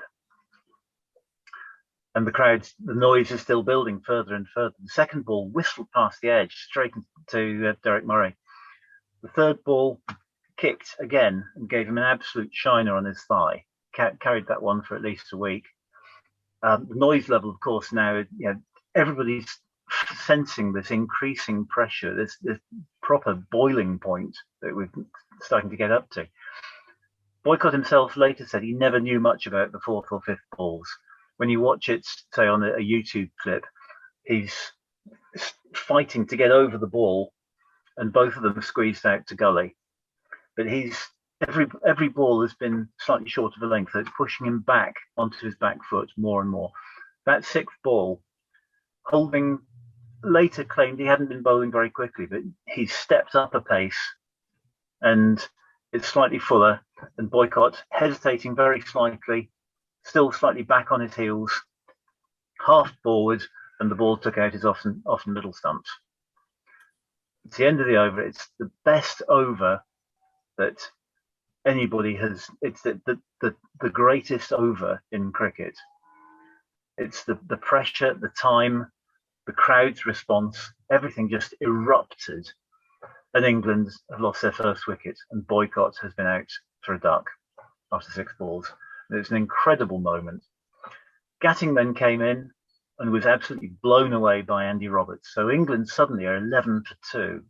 And that 265 is already looking like a long way away. The innings never got going. England all out for 122, leaving a 1-4-3 lead to the West Indies.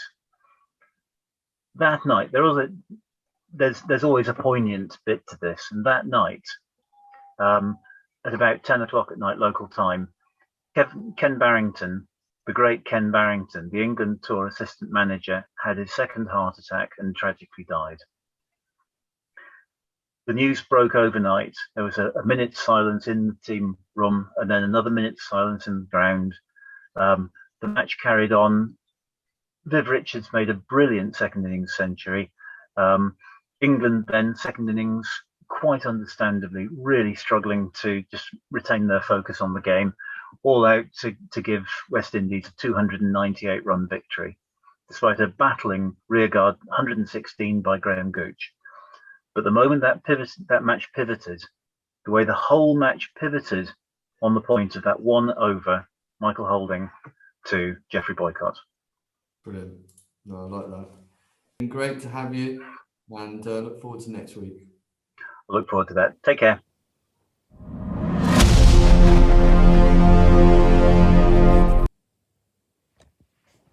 Welcome back, and thanks to Ian for the amount of research you did into that, and I hope you enjoyed the chronological journey of cricket broadcasting, and of course his moment in time over in the West Indies on a very contentious series.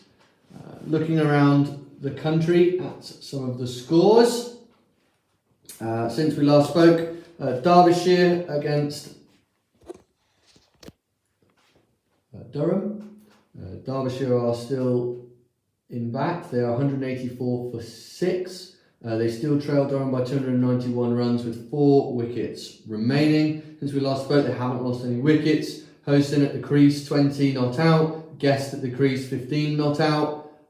You'd imagine that they are looking to, again, back time, but also just try and reduce that deficit. Durham with 475 all out in the first innings, so they're a long way off that at the moment. And I imagine that if you're a Durham bowler right now, you're looking to break this partnership, wrap up the tail, probably go back into bat, get yourself 350, 400 lead, probably leave Derbyshire with 4 sessions to bat, i.e. tonight's evening session and then the 3 sessions tomorrow. Derbyshire trailed Durham by 291 runs with 4 wickets remaining. Over to our second game in Group 2, Warwickshire versus Essex. Since we last spoke, Warwickshire are all out.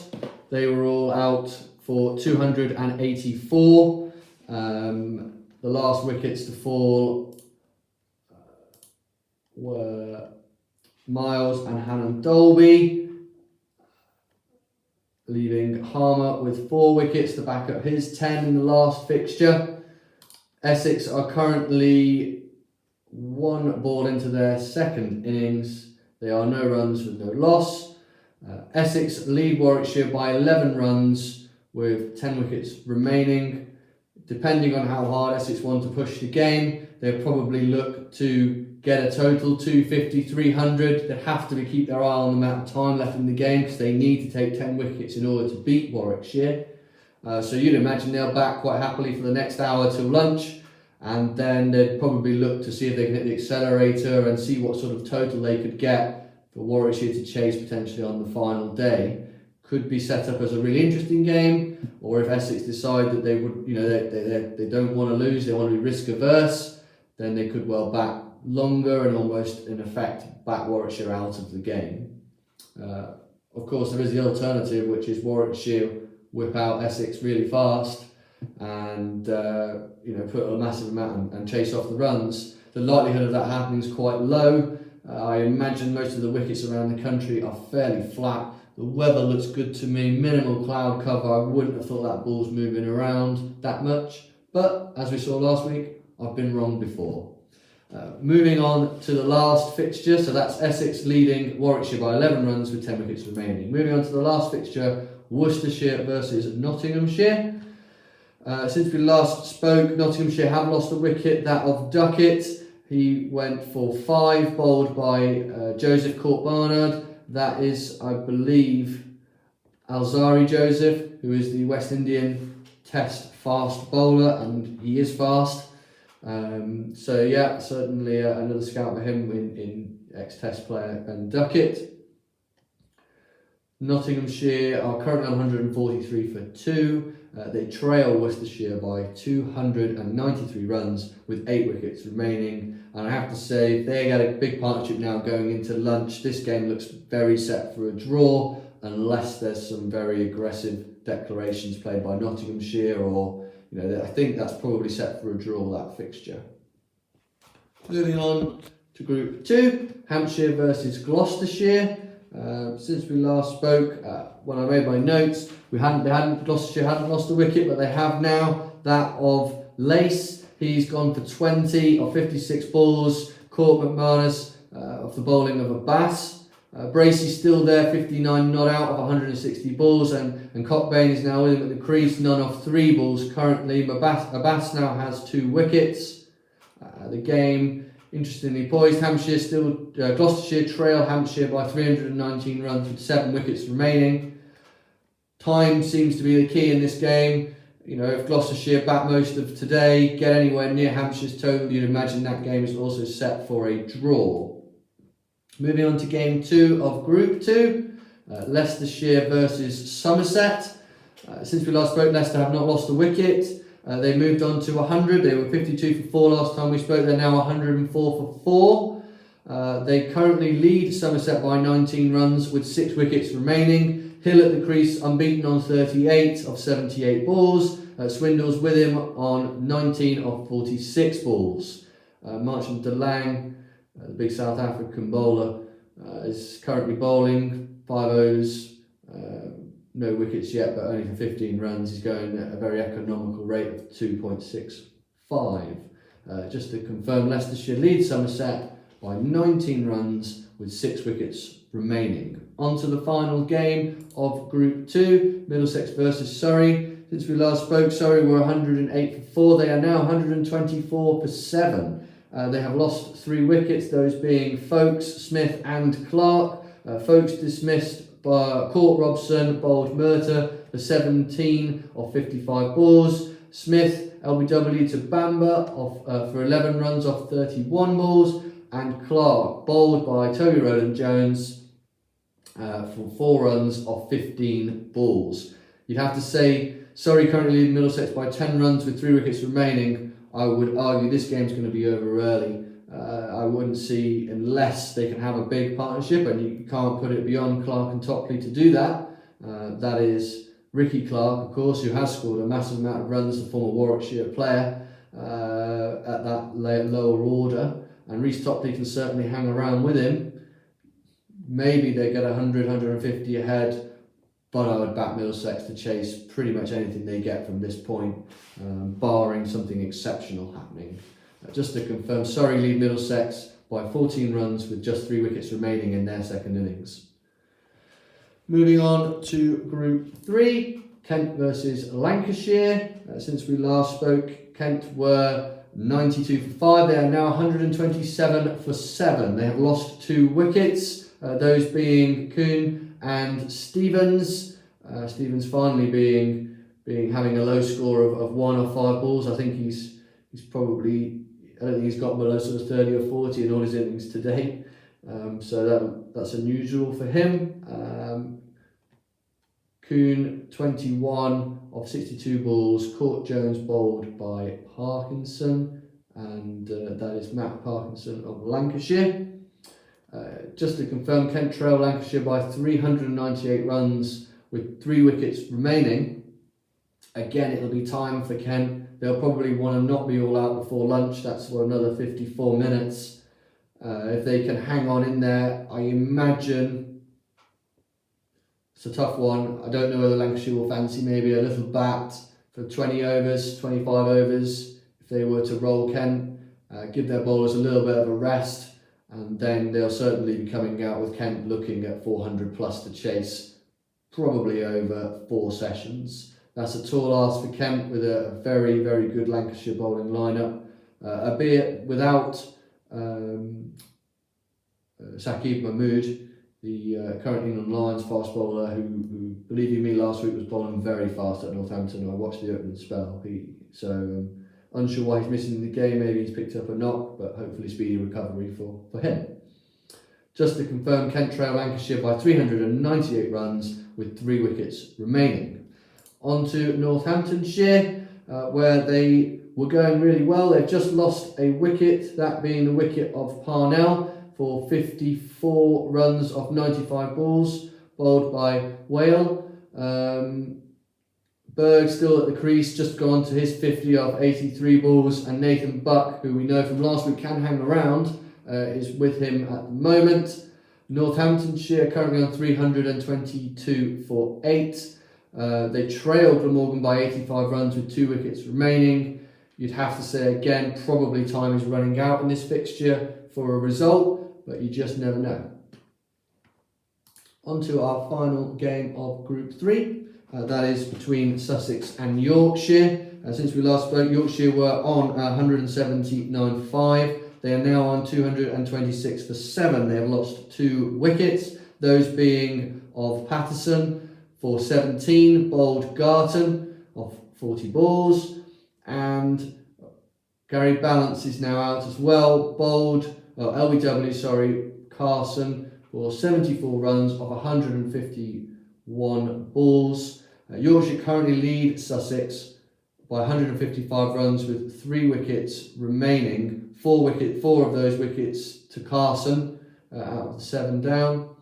And you have to say that really Sussex will back themselves to chase anything 220 plus. Yorkshire currently 155 ahead. So yeah, it'd be interesting to see how that goes, but I would have thought Sussex are certainly in the driving seat for that fixture. And that completes our roundup of the first class county scores around the country. Just quickly for you, as there is some live cricket going on within the leagues around the country. Just a quick update on the Northamptonshire Premier League. Currently, there is no score for Brigstock Horton. Assumably, they haven't got electronic scoring yet. Geddington are on 59 for 2 off 16 overs versus Old Northamptonians. Overston Park are 77 for none off 16 versus Brixworth. Desborough Town are 55 for 2 against Peterborough Town. And Oundle Town are 60 for 3 against Rushden and Higham. So it'll be interesting to see how those games progress. Now, I have another segment for you. This time we're going to Cornish cricket. For those of you that know, they typically have a very strong national county side, it's them and Devon, two separate sides but very strong down in the southwest of England. This week we've got Tony Pemberthy, formerly Northamptonshire professional from 98 to 2003. He was also Northamptonshire's captain, but first and foremost, he came from Cornwall, came through the Cornish school system and the England school system, and has a very impressive record to date. Certainly, if you're watching this and you have any youngsters who want to learn about how to become a professional in cricket, this is certainly one not to miss.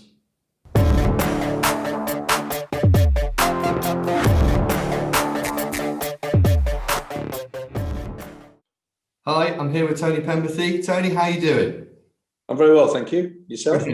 Great to have you here with us today. So Tony, just tell us a little bit about your childhood and cricket and how you sort of developed your love of the game. Well, I was brought up in a cricket mad village. Our village won the national village competition when it came out in 72 and 73. Dad was cricket mad, mum really enjoyed her cricket. So natural progression for me was to get involved in the game. Brilliant. No, brilliant. I like that. And I suppose then that sort of love spawned into slightly more elite cricket. And as you went through your teenage years, how was that for you? When did you sort of, for those that don't know watching the show, Tony played his entire professional career at Northamptonshire, was also captain of Northamptonshire. I mean, how did that come about for you, Tony? Well, I think I was very fortunate that Cornwall had a very good school setup. So once you got involved in that, the stepping stones were then, and if you did well within the school setup, stepping stones were southwest of England, west of England, which I was fortunate enough to be involved in, and then got selected for England schools at under 15. And at that point, during those early years, I was probably 12, 13, I got spotted by Northants. And very quickly, I think I was about 14, came for my trial to Northants and was very soon coming up in my Easter and summer holidays to train with the first and second team. So for me, it was quite a quick process, I suppose. Schools cricket, regional cricket, then all of a sudden, I was engaged with the first class county. So, and then it all went from there, really. Oh, nice. And so for our viewers, Tony, how long were you a player at Northamptonshire for? Well, I joined the staff in 1988 and my last year was 2003. Wow. So yeah. Up there. And, any highlights you could share with us? Any real big moments you enjoyed? Yeah, obviously my debut was a bit of a fairy tale on one side and then the ultimate disaster on the other. My debut was against Australia. I was 19. I got a wicket with my first ball. I got the Australian captain, Mark Taylor, out. Ended up in the first innings with 3 wickets. Jeff Marsh, Dean Jones, so not a bad 3, really. But unfortunately, I got a pair on debut, the only pair in my career. Not so good from that side. At least you got those 3 wickets in. I was going to say, I don't bowl, so that would have been the end of my game. Sit down. Thanks for coming. Yeah, I love that. It's it's one of those things, isn't it? Cricket. It always does bounce you around from. I think it sums up cricket in a nutshell, really. If you have a long enough career, you're going to have some highs, you're going to have lows, and you just got to accept that's the way it is. Yeah, no, I like that, and I think that's really valuable insight for any of our younger listeners, especially listening to today. I mean, so just going back a little bit to Cornwall and playing for Cornwall, the national county side there. I mean, what did that mean for you, being obviously a Cornish lad, and how did that help your development? Oh, very much. You know, I made my second team debut at Northants at 15, but I think 16, 17, I started playing minor counties for Cornwall. And it was just, again, it's another step along the road. It tests you all the time. Some very good cricketers playing minor counties, as you know, and I think for me as a young kid playing against very experienced club players in that setting, it helped me. Yeah, it certainly did. And I was really pleased to see how good the standard was of minor counties when I went back to it after I finished playing professionally. No, that's brilliant, and that's I think that's what we've been looking at with our national county stories, is the fact that there are a good player base there, especially to test your skills against if you're quite a young person too. And often some of those players you're coming up against are very experienced league players that have played for a long time and know their game. So if you're able to better them, as it were, then you must be on the right path. Yeah, absolutely. And I think when I finished playing, I played for Norfolk for half a season. Then I went and played for 2 years for Cornwall. It was 3-day cricket had really just come in then, I think, in minor counties. The concern was there that the wickets might not be good enough, but they were, and I think it was a really good challenge for especially some of the younger players coming through Cornish cricket. We had a couple of guys coming in who are only about 17, and it was the next step for them, and they've proven to go on to be very good cricketers. So. No, it's brilliant. It's brilliant, and I mean, it's clear that obviously you've had a really outstanding career, Tony, in cricket, and you've obviously had your highs and lows. I mean, what sort of advice, or maybe even just one piece of advice, would you have for a younger player out there looking to become an elite cricketer? Well, I think practice is the key. I think I don't think you get anywhere in sport unless you're prepared to be completely dedicated, committed. You've got to practice hard. You're going to have to make a lot of sacrifices along the way. But I think if, from my point of view, I suppose, the dream for me was to play professional sport. My dream came true. I think one thing kids should always, if they want to do something, just believe they can, I suppose. Yeah, I like that. Thank you for sharing that with us, Tony. I think that will be very powerful for some of our younger viewers. Right, so on to a few quick fire questions for you. Okay. Sure you'll enjoy these. So, Tony, can you tell us your favourite player? Oh, favourite player. Ian Botham. Favourite ground? Favourite ground, Lords. Favourite umpire? Favourite umpire, Shep. David Shepherd. Highest score? First class, I think it was 130 odd, but second class, I got a double 100.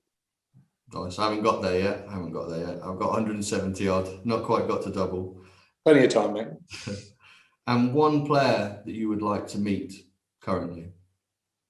Currently, that's a good question. Cool. That is a good question. Who would I like to meet? Kane Williamson. Why? I think he's a very impressive man. I think not only as a cricketer, what he's done for the New Zealand side has been fantastic. They're one of the most competitive teams in the world. But I thought the way he handled himself after the World Cup final defeat was fantastic. Yeah, I like that. And I suppose just to finish, Tony, what if you had to name one sort of key value of cricket for you, what would that be? I just think I love the tradition of the game, but also I think that cricket is a great leveler. As we just talked about my debut, it has this unique thing of biting you in the backside. One day you think you get 150 and you think you own everything and everything in life is great. Next day you get ducked and it brings you down to earth very quickly. Like that. Tony, I can't thank you enough for coming on and sharing your insight with us. Thank you so much for your time. My pleasure. Thanks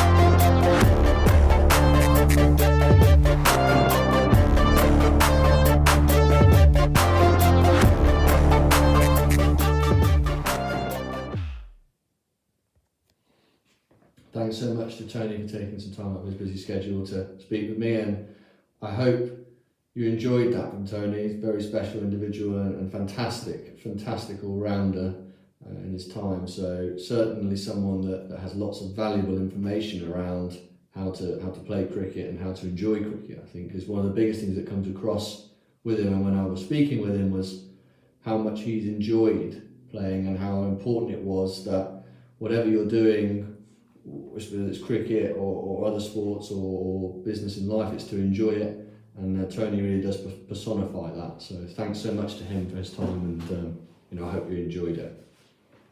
Right, having a little look around the country. Let's have a quick fire round before I've got another good segment for you. Since we last spoke, going into game one in Group 1, Durham versus Derbyshire.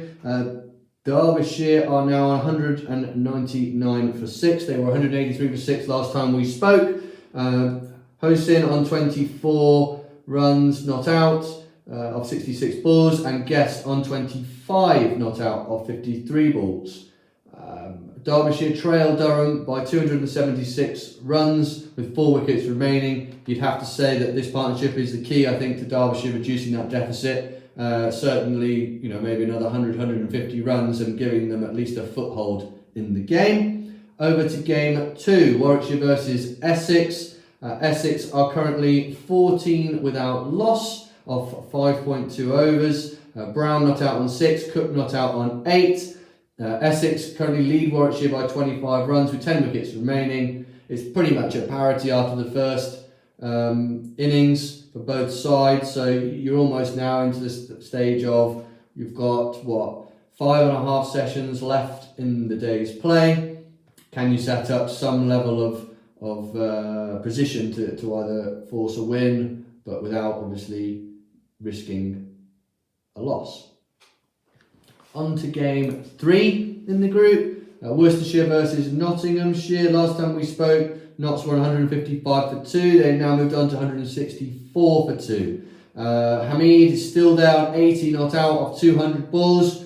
And what good 100 for him would probably do, especially after a few years where it's been tough going for him.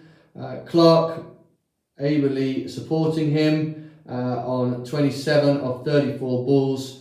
And we all know what Joe Clark can do if he gets going. He likes to score quickly. And you could imagine that this current trail, Nottingham trailing Worcestershire by 272 runs, would certainly drop pretty quickly if Joe Clark gets going. Nottinghamshire trail Worcestershire by 272 runs with 8 wickets remaining. Over to Group 2. So we're looking at Hampshire versus Gloucestershire. Last time we spoke, Gloucestershire were 151 for 3. They are now 161 for 4, having lost the valuable wicket of Bracey for 65 of 169 balls. Of course, guess who? Mohammed Abbas bowled him. And you'd have to say at the moment, I think Mohammed Abbas, for any batter in this country, considering early season and the Red Dukes ball is probably going to be too much for most. He's just phenomenal. Metronomic bowler that hits an area, make the ball move both ways off the floor, and will swing it. You have to say you're up against it if you're opening up or going top order against him. Gloucestershire currently trailing Hampshire by 309 runs with 6 wickets remaining.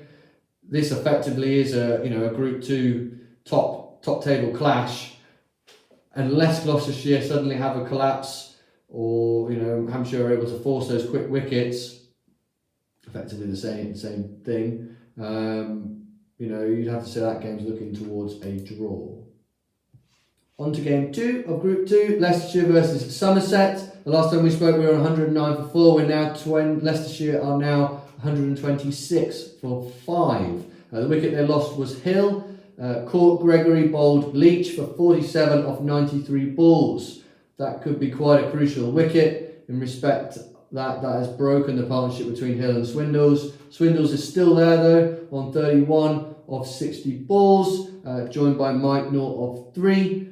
And currently Leicestershire lead Somerset by 41 runs with 5 wickets remaining.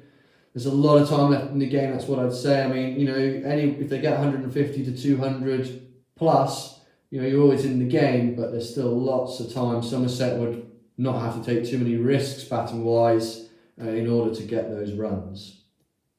Moving on to our final game in Group 2, Middlesex versus Surrey. The last time we spoke, Surrey were 130 for 7. They are now 130 all out.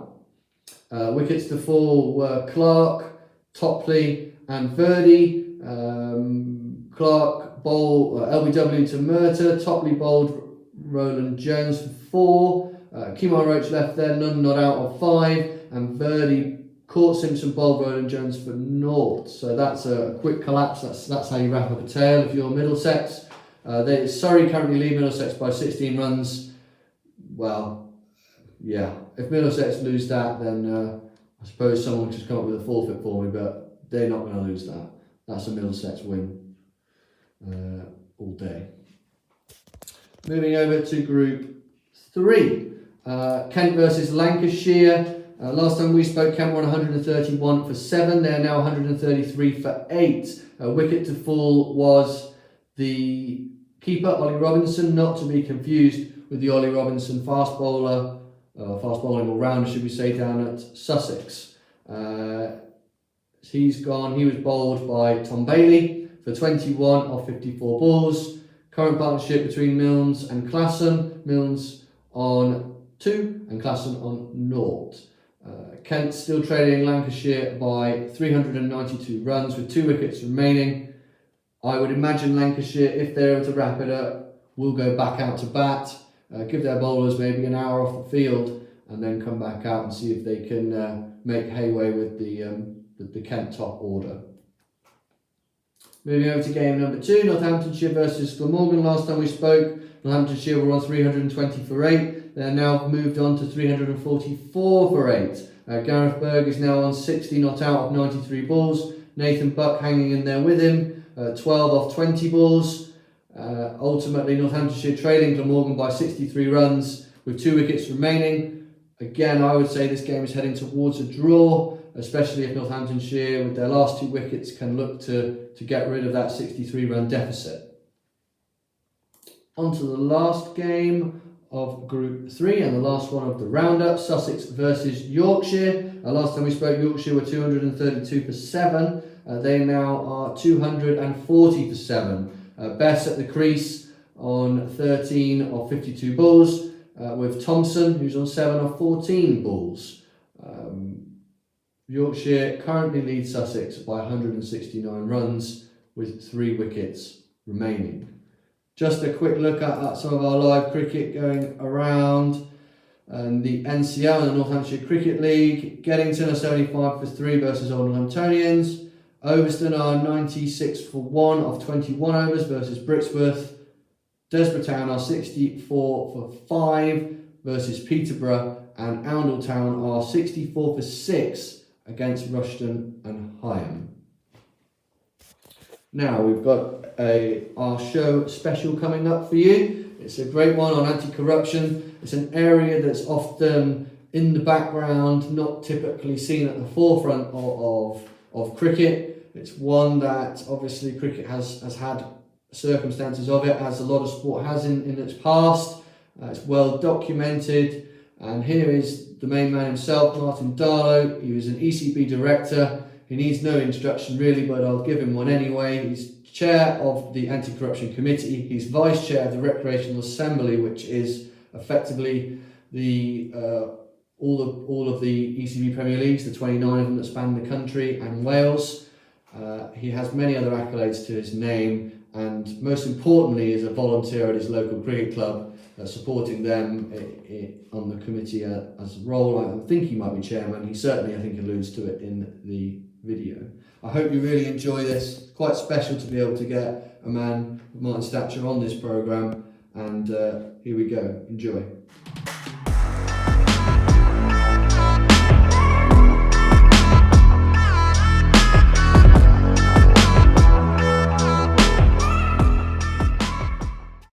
Hi, I'm here with Martin Darlow, ECB board member, chair of the Anti-Corruption Committee and vice chair of the Recreational Assembly. Martin, how are you doing?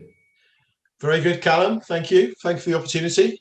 No, great to have you with us. And just before we move on to our topic of the day, just tell us a little bit about your childhood in cricket and sort of your experiences in cricket today. Well, I've played cricket since for as long as I can remember and represented my county, Bedfordshire, because there was no county age group teams in my day. So back in 1978, I represented Bedfordshire schools. As I recall, I was the only player from a non-independent school who played in that team.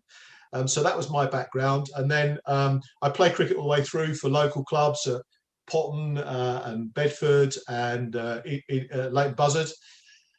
And then it coincided with my career in the police service, where I served for 32 years. I still played cricket, but not to the level I'd wanted because the job got in the way. Reignited my passion for club cricket again when my son turned out to be quite a talented young cricketer who now plays for Bedfordshire, and followed him. I'm now the chairman of a local cricket club in Bedfordshire called Salville Park. I sit on a number of EC committees aside from the two that you've just said, and I'm a liaison director for some first-class counties. So that's my journey. I became an ECB director back in 2016. I was elected by the recreational game. And so I'm the second longest serving director now on the ECB board, and loving it and really enjoying cricket despite the challenges over the last 18 months. No, fantastic, and what a rap sheet that is, really, isn't it? What an accolade to have so many different organisations wanting to be a part of them, and also volunteering yourself as well. So it's not just it's a great achievement, Martin. And so, moving, I guess, on to the topic of today, which is around anti-corruption. I think a lot of people feel that it sort of happens in the background, it's there, but they're probably not quite as visibly aware of how much effort is going into that department, as we're going to hopefully highlight today. Just before we start that, could you explain a little bit around your experience in anti-corruption? I mean, you've alluded, you were in the police force, and how you came about to I guess understanding, it's the obligation of not having a corrupt game. Yeah, well, corruption is corruption in whatever field of work you're involved in. As it happens, for a period, I was the head of professional standards across three police forces: Bedfordshire, Cambridgeshire, and Huntingdonshire and Hertfordshire. And during that time, I headed up the anti-corruption unit. And so I know a good deal about anti-corruption, about corruptors, and the risks to individuals and associated with corruption. So it was a natural fit when I became an ECB director for me to chair the anti-corruption committee. And in fact, I took over that committee from another senior police officer who retired from the board. So corruption in cricket is a big topic, but it's unseen and unheard until such time as something big happens.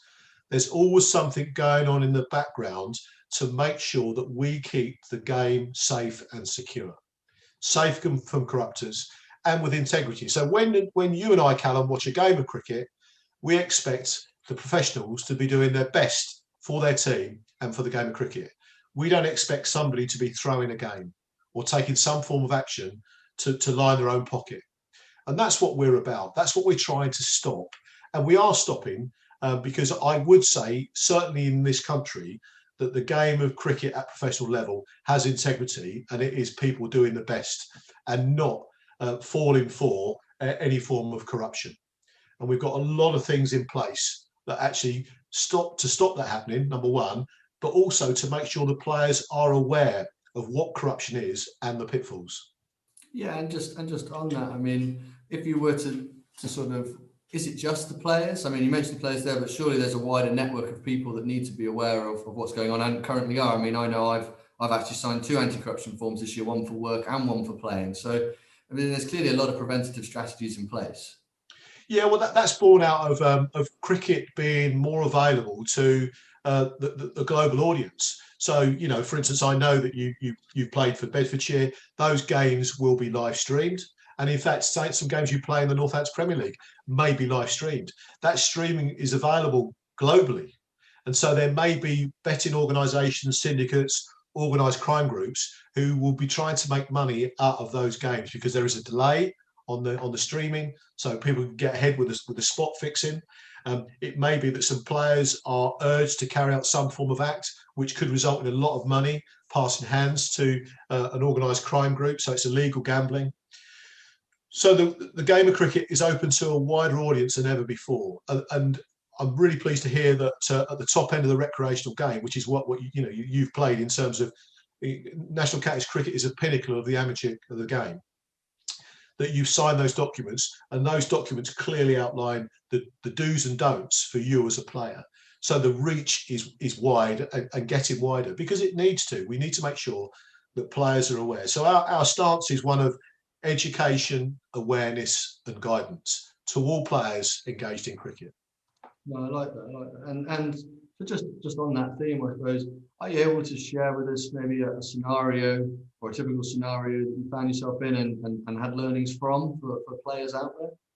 Well, I won't go into names, but people might know who I'm talking about. But high-profile games where players are asked to carry out a certain act for a significant reward, significant to the player, but actually nothing in comparison for the money made by corruptors. And the penalties for that have been imprisonment, and loss of livelihood for short-term gain of, it may be, a 5-figure sum, but actually that's peanuts when you look at a whole cricketer's career and the damage it does to their own reputation and the reputation of the game. So if you're asking a player to throw a game, then there's not many players who have the ability to throw a whole game. That's a big ask. You're talking about somebody who's going to be an all-rounder who can influence a game. Spot fixing is more of a problem, where you're asking a particular bowler to bowl a no ball or a wide on a certain delivery, or a batter to actually not score any runs for a certain period, is a spot fixing issue. But we have got systems in place that will track that and pick that up if that happens, as well as other opportunities for players to report any illegal activity or suspected illegal activity by some confidential lines. And you'll be aware, Callum, is that before the start of any professional season, the anti-corruption team go to every first-class county for both women's cricket, men's cricket, international cricket, and deliver a briefing on anti-corruption and the pitfalls, and go through some scenarios so that players can make the right choices. And I'm pleased to say, touch wood, that we've been successful. The relationship we have with the players is one of support and, again, education, awareness and guidance, rather than trying to catch people out. We are not trying to catch people out. If we're catching people out, then we will have failed as a game, and the game will be damaged because of a corruption issue within this country.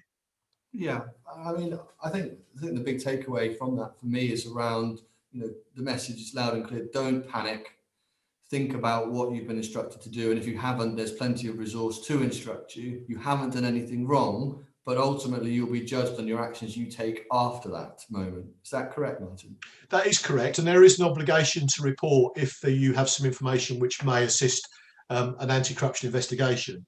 So there is a requirement to report, but nevertheless, if a player finds himself subject to some form of investigation or inquiry, my message will be to support that inquiry, because that would assist them in the longer term. But also, there's lots of advice and guidance out there from the Professional Cricketers Association, who are signed up to what we're trying to achieve and are fully behind it. I'm pleased to say, and we work very closely with the PCA. Look, our aim is not to catch anybody. Our aim is to prevent everything. Yeah. And that's what we're trying to do. We want to, if somebody gets approached by, a friend or a family member or a relative or somebody they know or they went to school with, offering them a big pot of money to carry out an act, report it. Because if you don't report it, then and you do something, it's a slippery slope then. So, but players get that message every year. And I'm pleased to say players listen. The players have been fantastic. They've had a really difficult gig over the last 18 months, confined to barracks, so to speak, and it's not been easy. And the life of professional cricketer is not easy. Training, travelling, overnight stops, games back to back. It's full on. It's full on, and there's a lot of pressure on them to perform as well. So we understand that, and the players have been really good in accepting, listening to, and complying with the anti-corruption message. No, I like that. That's really good. I mean, I suppose just touching on briefly, just before we finish the segment, what do you see for the future of anti-corruption, especially with the advancements in sort of social media platforms, technology? Accessing these sort of high-profile people has probably never been easier, especially directly. I mean, how do you see the future of anti-corruption, I suppose, and the policies around it? Well, we can't stop people communicating, and that's the issue. And it's making sure that we do more of the same, making sure that players understand that a call into the anti-corruption team isn't a negative. If they've got a query, there's no problem with them ringing and saying, I'm a little bit concerned about this or about that, because that might just be one gold nugget. Because if Callum Berrco was to ring up and say, I've got an issue because I've been approached by somebody, and this is who it was, and we get another player from another county saying exactly the same thing, we've got an inquiry, we've got an investigation, we've got a lead. And that's why it's so important that we continue with this approach. I don't see any other way of doing it apart from the education, awareness, guidance approach, because that is working, as long as players understand. And the relationship between the anti-corruption unit and players is stronger and better than ever, because they see each other at least once a year. And if players play in other tournaments, they'll see them twice a year, 3 times a year, because we give this briefing before every tournament.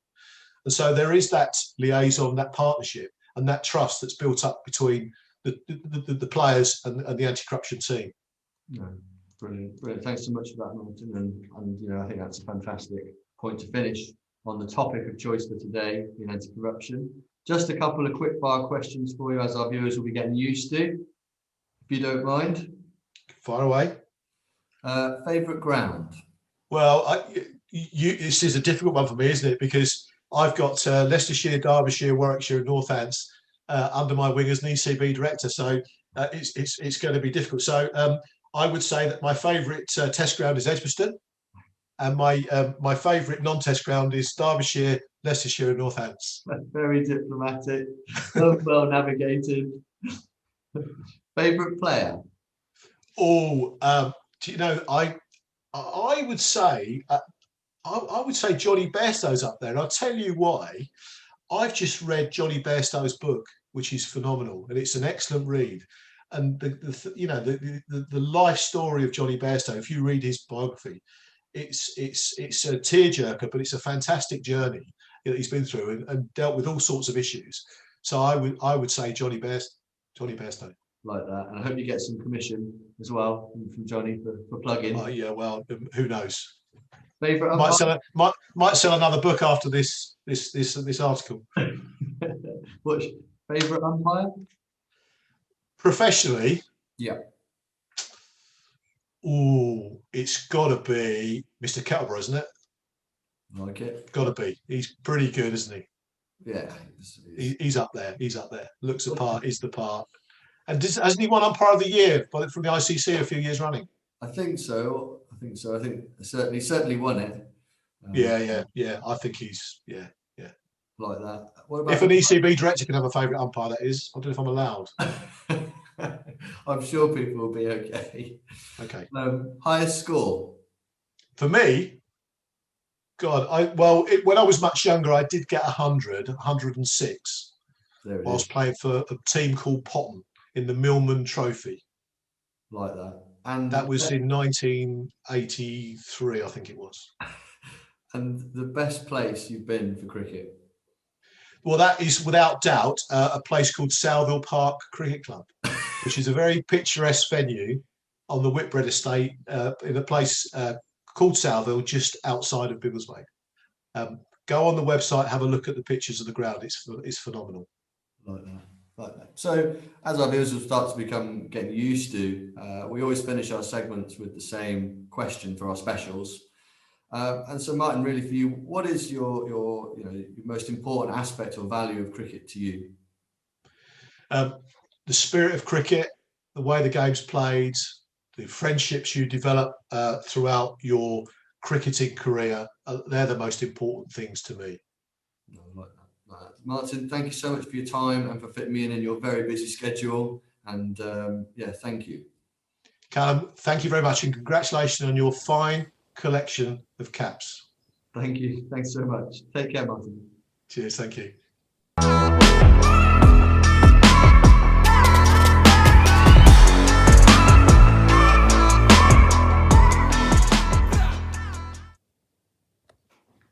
Thanks to Martin again for taking the time out of his really busy schedule to speak with me, and I hope if you had any concerns or didn't really know a lot about anti-corruption, I hope you do now.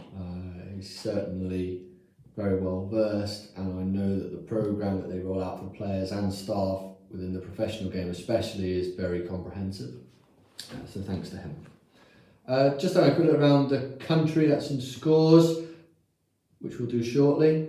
I've got George Fox, don't forget him, he's ready, the kit man is in the house. He will be giving us his rundown on clothing and a couple of truths around that, around its function, but also around the fashion of cricket clothing. Quite an interesting piece, and certainly something that again I think grinds George's gears. I think we'll have to coin that as that's what sometimes certain aspects of kit do. Of course, I've also got my predictions coming up, and with that I can predict that Middlesex will beat Surrey, because they already have. Middlesex have won by 10 wickets. They are 18 for none in that Group 2 fixture. So certainly Surrey, are in all kinds of trouble, considering they have an England-studded batting lineup and a very comprehensive bowling attack. They really haven't hit any form at the moment. As for Middlesex, they bounced back strong from that 79 all-out last week, which really took them out of the game. So no credit to them, and I'm sure they'll be very happy with their day's work done in 2 and a bit days. Gives them a whole extra day and a half rest, and credit to them. So just working around the country then. First fixture in Group 1, Durham versus Derbyshire. Last time we spoke, Derbyshire were on 208 for 6. They are still 6 down, but they now move on to 224. Host incidentally creased 39 of 85 balls, and Guest still with him on 35 of 72 balls. Derbyshire trailed Durham by 251 runs with 4 wickets remaining, and you have to say that partnership looks well set. If they can keep going, they'll certainly get that deficit below the 150 and prevent Durham from being able to enforce the follow-on. Moving on to game 2 of Group 1, Warwickshire versus Essex. Last time we spoke, Essex was 16 for no loss. They are now 23 for 2, having lost Alistair Cook and Tom Wesley. Cook caught Yates, bowled Helen Dolby for 10 of 23 balls. Wesley just out, caught Rhodes, bowled Miles, runs 5 of 12 balls. Essex currently lead Warwickshire by 34 runs with 8 wickets remaining. Could be quite interesting if Warwickshire were to get a few more early wickets. You could actually see a result being on the cards from a game that looked parity 20 minutes ago. 20 minutes ago there was nothing between them, and now another 2 wickets for Warwickshire before lunch. Let's say in the 12 minutes running up to lunch, you'd have to say that Warwickshire could be closing in on a victory. On to game 3 of Group 1, Worcestershire versus Nottinghamshire. Last time we spoke, Nottinghamshire were on 165 for 2.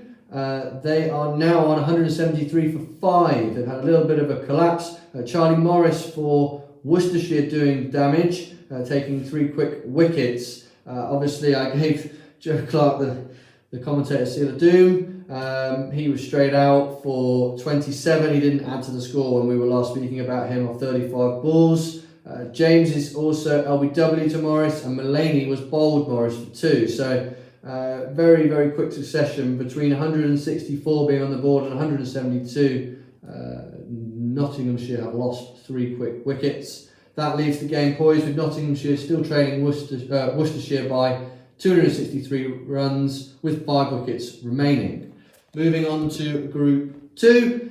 Looking in at Hampshire versus Gloucestershire. Last time we spoke, Gloucestershire were 164 for 4. They are still 4 down, but now 178 on the board. Cockbain still in on 11 of 43 balls, and Higgins 9 of 19 balls. Gloucestershire trail Hampshire by 292 runs with 6 wickets remaining. You have to say probably time is starting to run out, depending on how it goes over the next 10 minutes to lunch and that afternoon session. Gloucestershire able to bat that out. I think it's probably looking towards a draw, but you just never know. Moving across to Leicestershire versus Somerset, our second game in Group 2. Last time we spoke, Leicestershire were 127 for 5. They are now 148 for 5. Swindles 34 not out of 75 balls. Mike supporting him on 15 of 26 balls, still not out at the crease. Leicestershire leads Somerset by 63 runs with 5 wickets remaining.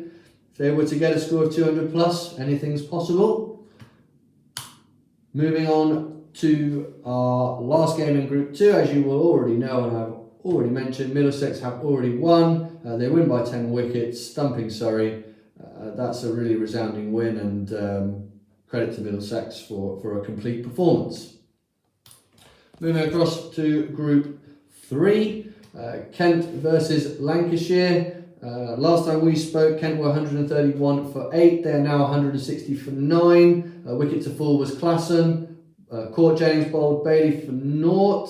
Cummins is now at the crease. He's currently on 14 of 12 balls. Kent still trailing Lancashire by 365 runs with 1 wicket remaining. It might be interesting to see if Kent can hang on till lunch, 9 minutes. But I would see Lancashire batting again for maybe an hour or a session, which is 2 hours. Posting again 400 plus, putting Kent back in and looking to take those 10 wickets to claim a victory. On to Northamptonshire versus Glamorgan. The last time we spoke, Northamptonshire were on 344 for 8. They are now on 357 for 9. The wicket to fall being Nathan Buck. 18 runs off 37 balls. Caught wheel, bowled Harris. Harris, of course, I believe, coming in from the Middlesex ranks on loan to Glamorgan. And again, another bowler that's played a fair bit of England Day cricket. Certainly showing his merit there, just to break that partnership and I suppose peak towards the end of Northamptonshire's first innings. Northamptonshire trailed Glamorgan by 50 runs with 1 wicket remaining. On to our final game of Group 3, Sussex versus Yorkshire. The last time we spoke, Yorkshire were 240 for 7. They are now 254 for 9. The wickets to fall, Thompson and Bess. Bess LBW to Robinson for 19 of 67 balls. Thompson caught Thomason, that's a good one, bowled Robinson, 13 runs of 28 balls. That's Thompson caught Thomason, bowled by Ollie Robinson. He now has 3 wickets along with Carson's 4. Yorkshire leads Sussex by 183 runs with 1 wicket remaining. If Yorkshire were able to maybe get 210, 220, that could be a really interesting final innings for Sussex, especially with that stacked Yorkshire bowling lineup of David, Willie, Patterson, Oliver. That could be a very interesting fourth and final innings of that game. Quick look around at our ECB leagues of the day. So just going to the Northampton Premier League. Geddington are 75 for 3 against Owens. Overston 96 for 1. Fact updated. Geddington 98 for 4 now against Old Northamptonians. Overston Park 123 for 2 against Brixworth.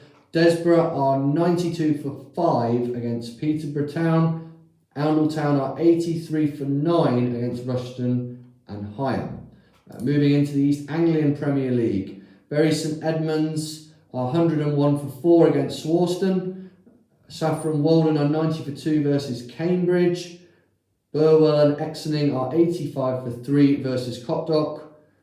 Great Witchingham are 80 for 3 versus Sudbury. Mildenhall are 101 for 3 versus Horsford. And Frinton-on-Sea are 87 for 5 against Sawston. Looking over at the Cheshire County League, Didsbury are 26 for 1 versus Cheadle. Hyde are 13 for 1 versus Woolton Park. Chester Broughton Hall are 27 without loss against Nantwich. Widnes, I'm sure someone will correct me, 20 for 2 against Neston, and Oxton are 34th without loss against Alderley Edge.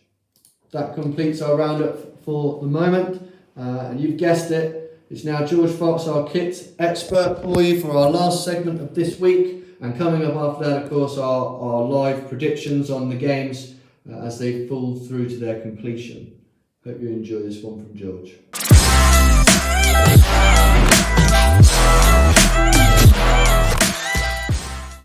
Hi, we're back with George, our resident kit expert. George, how are we doing? Very good, Callum. How are you? How's the show going? Yeah, it's been good. It's been good. We had Buddy last week with the Gurkhas, and we've had some great feedback from that. So it's been brilliant. And of course, first things first, George. Was it true or false? Our question last time. This may divide a few of the listeners, but it's actually true. The interior of cricket balls used to be cubes, and you would bind them into a circle before then putting on the leather casing. I still love the idea of a square cricket ball. It might give me a better chance of hitting it. Yeah, slow it down a little bit in the pitch for us. So George, on to this week. I mean, and you've got another topic for us. What are we talking about this week? So this week's topic, obviously short and sharp as usual, is clothing, cricket clothing. This is a very, maybe not what a lot of people would go for, but it's something that really rattles my cage. And it's looking at the origins, going forward to now, looking at the sort of the different aspects, and maybe looking ahead at what would be a good solution, a good alternative to what's out there at the moment. That was a very poor intro, so hopefully I'll do a better job with the main event. No problem, George. Don't you worry. I'm here to help you through. So come on then. Let me know a little bit about the history of cricket kit and sort of where we've got to today. Okay, so if you go right back, so this is well over 100 years ago. Cricket, obviously, the long format, red ball, your cricket whites, very smart, very formal. It was more about the social event almost than the sport in the sense of winning and losing. It was more about being together, shoulder rubbing, conversations, business deals, that sort of thing. It was a very smart event. You weren't like yourself right now, very smart. I'm a little bit, actually, I should have worn something better if I'm talking about clothing, really, shouldn't I? We'll swiftly move on. But yeah, it was, smart white collared shirt. It was very photo friendly. It looked really good. And you've got two areas for cricket, really, for me, when clothing comes in. You've got the long format test match cricket, let's just say, red ball, and then you've got, say, IPL style fast, the aggressive match play, which is a lot more colourful. I'm all for both of them. I think they're really, really good. But where I get frustrated is this sort of fuzzy area in the middle, where if you look at other sports, let's say running, and the clothing that's produced for that, the amount of technology that's gone into the fibers, and every single aspect of it is being considered. Whilst with cricket, you tend to end up with like the leftovers of the sports textile industry. Polyester trousers made out of a yarn that's from the same place, and it services all the different corners of the world, whether it's a 38-degree cricket day or a 8-degree cricket day like we have over here. Obviously Celsius, can't be too mean on the numbers. But that's something that really bugs me, because we play here in England. It's freezing cold most of the time, especially at the start of the year. It's wet, it's muddy. It's not always that lovely day, that everyone dreams about. Yet the clothing we get given is very thin, not particularly good from a thermal properties point of view, or potentially from a performance point of view. Obviously, you can wear stuff underneath it. You can put your base layer on, put your Nora batties on to stay warm. But realistically, I think there's definitely opportunity for some clothing. Talking myself into doing something here, but I think we need something where, why can't trousers be, for cricket in the UK, they could be fleece lined. So I'm not talking thick, heavy fleece, I'm talking a thin layer, just to give a thermal reflection, maintain a bit of heat. They could be waterproof, on the outside or aquaphobic, you can treat fabrics to do that. So you don't have to get the fairy liquid out every time you're trying to get a grass stain out. In fact, that very point itself, grass stains, nightmare. Why don't you use, like a Teflon or, something like that? It doesn't have to be an expensive version, but there are fabrics that don't get grass stains or that don't keep grass stains. That would be useful, because I haven't got a single pair of cricket clothing, a single item of cricket clothing that's not covered in sort of skid marks, green skid marks. Obviously, that's even worse, from match activity. So that's something that really bugs me. And the shirts as well, the cut, the fit, the style, the choice of cuffs. Wicket keepers, it's nice to have something that sort of is a bit more, what would you call it, ribbed, so that can go into. You need the crimped cuff, don't you? You need it fits into the glove, and quite often that has to be a special job. That has to be like a bespoke, item for that person. And then even with all of this saying about, okay, English clothing, it'd be nice to have something that's, better thermal properties. It's an unusual sport. You're out on a pitch, standing relatively still, and then suddenly you need to sprint like you're in the 100 meters Olympics. And that causes havoc on the body, because your muscles aren't, you see people constantly, when you watch the pros, they're always staying warm in the outfield, doing lots of stretching and stuff, because they're going to have to suddenly go off. And I must admit, I don't quite keep up with the routine as they would. And then suddenly ball's gone that way, you sprint, and then your lower back hurts, you strain a calf. What can you do to help support the body and keep it in a better condition? Because it's actually quite a challenging sport from that perspective. And even after all of that, we haven't even covered, so that's just male cricket. Female cricket, that really bugs me, because the clothes that women get offered, usually it's just the hand-me-downs. It's like, well, we've got this youth size that you can have. It's not very forgiving or flattering for all of the different sort of, shapes and sizes everyone comes in. Usually the choice of fabric, there's not much stretch. There's so, for everyone, there's so much that could be done. And I think that it desperately needs a makeover. Okay, sorry, that was just a rant, wasn't it? That wasn't.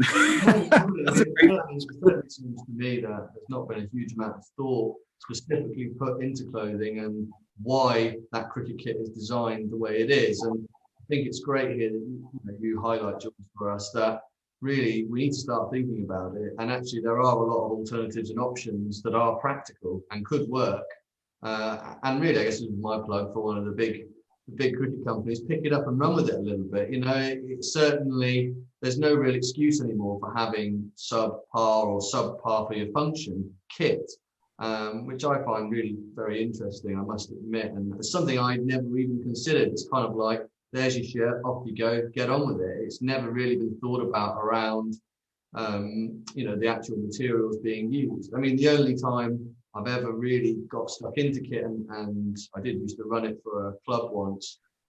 I got the shirts made longer for the women's team, which was nice, and I do know that they really wanted that, and it made a big difference to how they felt bowling and being out in that field, because it was fitted to them. And I must admit, it's little things like that do go a long way in the sport. And I mean, just even now looking at how sponsors are put onto shirts is quite interesting, and the materials they use, they sublimate them onto the shirt. There's quite a lot in that space, isn't there? I mean, what would your recommendations be for a club looking into kit? I mean, especially if they're looking now, most clubs are looking at whites as well as coloured kit because their seasons are split.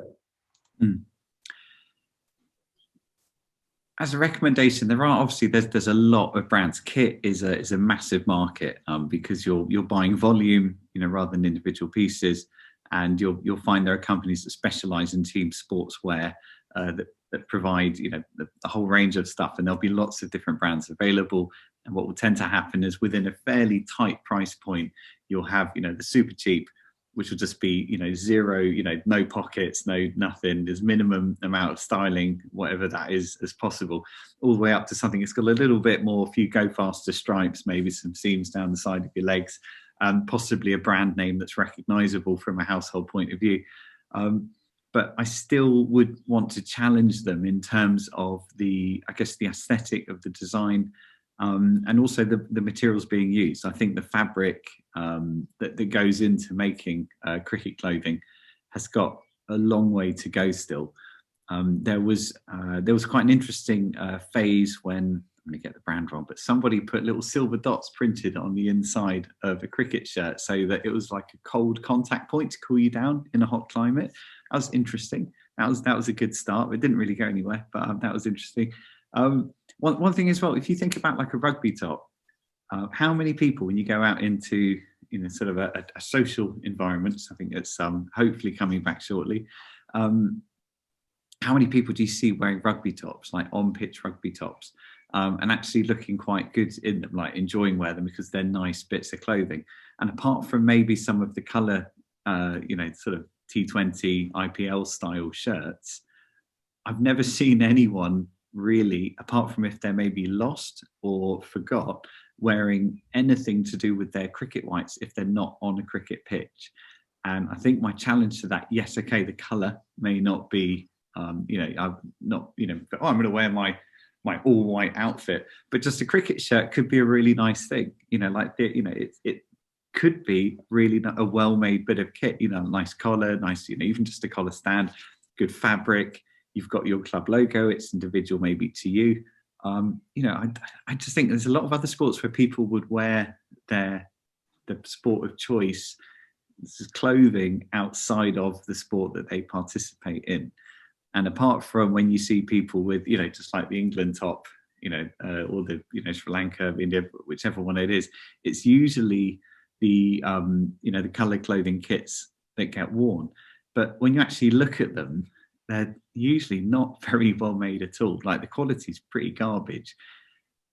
And they're not cheap either. You're buying something, you'll pay maybe 40 quid, 50 quid for something that if this was in a different sector, if it didn't have that logo that you wanted because you wanted to have the whether it's the England logo, and apologies to kit producers if this is a direct dig, it kind of is. Where's the quality? Why? If I was in the shop and I saw that and then I saw something else that was unbranded but really well made and less expensive, I'd personally go for that because it's just better quality. I think there's some fundamentals, sorry, without this going way off, and this is completely off piece now. I think I would love to see for English clothing, I'd like to see at least waterproof or sort of water resistant. I'd like to see the ability to not have to worry too much about grass stains. What can we do there? And I'd like to see a bit of comfort through warmth, because that keeps your muscles warm. You're less likely to sprain a muscle and hurt something when you stood out on a cold April Saturday, just going, just absolutely freezing. I don't think you're allowed to wear woolly mittens, are you, when you're out there? It's not really. No, you're not allowed to wear those, George. That would be considered in breach of the laws of cricket. That's been fascinating, really, to look into clothing, and I think it's really pushed the boundaries of what cricket kit or what we expect as players from cricket kit. Certainly, again, please write into us if you have any ideas, or if you want George to make something up, he'll do it. He'll make anyone with any designs and material ideas. If you write into cricket@berrco.co.uk, and I'm sure George will be more than happy to have a little look and see what he can make up. Right, finally, George, last piece of the puzzle for this week, our true or false moment. What have we got this week? Oh, cranky. Here's one. So the batting helmet, the cricket batting helmet, the design for that originated from horse riding, from an equestrian helmet. So the shape that we all know and recognise as a cricket helmet, that shape actually came from horse riding. Brilliant, George. Great to see you this week, and I'll catch up with you next week. You take care, bud. Try not to rant so much next time. Be a bit more professional. Maybe I'll wear a suit. Yeah, think about your kit. Yeah.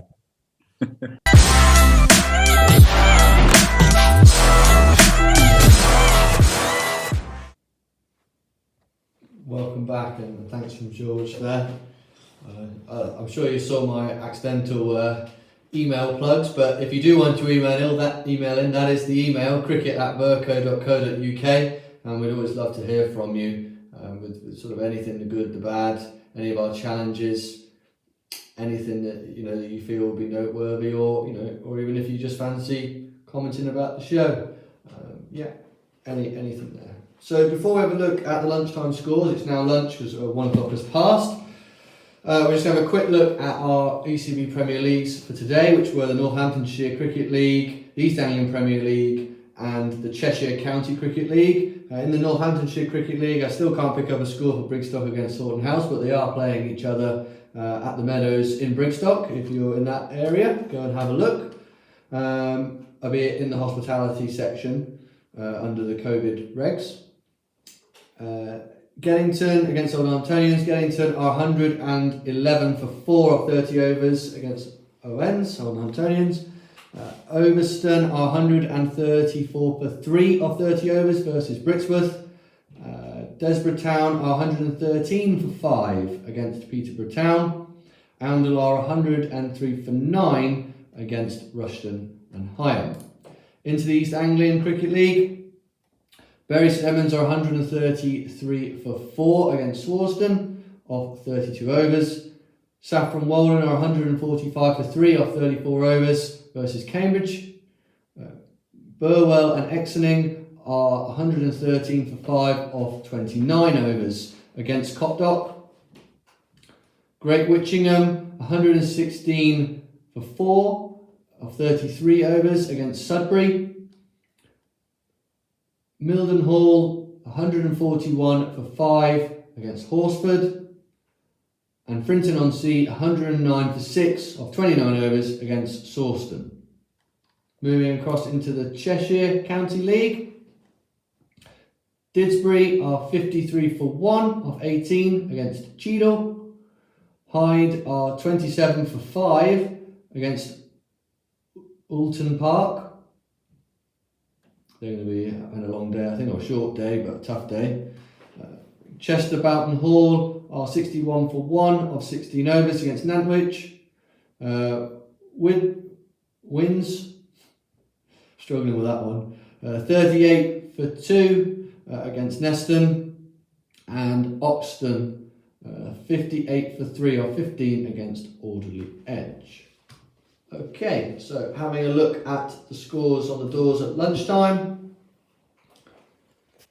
Group 1, our Durham versus Derbyshire fixture. Last time we left it was 231 for 7. They're currently 232 for 7 at lunch. Derbyshire trailing Durham by 243 runs with 3 wickets remaining. I am going to go for a draw on my prediction for that fixture. On to the second game in Group 1, Warwickshire versus Essex. The last time we were there it was 24. Essex were 24 for 2. They are now 25 for 3. I'm going to go bold and go for a Warwickshire win. Essex currently lead Warwickshire by 36 runs with 7 wickets remaining. So there could be a big partnership and that could U-turn on me completely, but we'll be brave. We'll go for a Warwickshire win. On to game 3 in Group 1, Worcestershire against Nottinghamshire.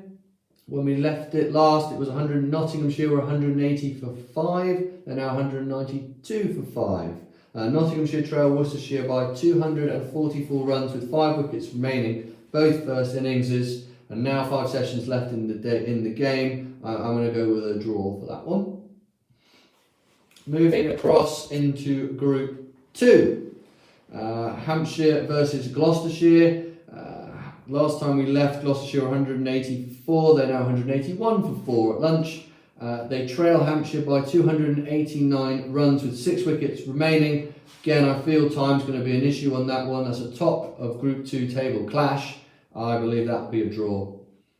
Leicestershire versus Somerset, our second game in Group 2.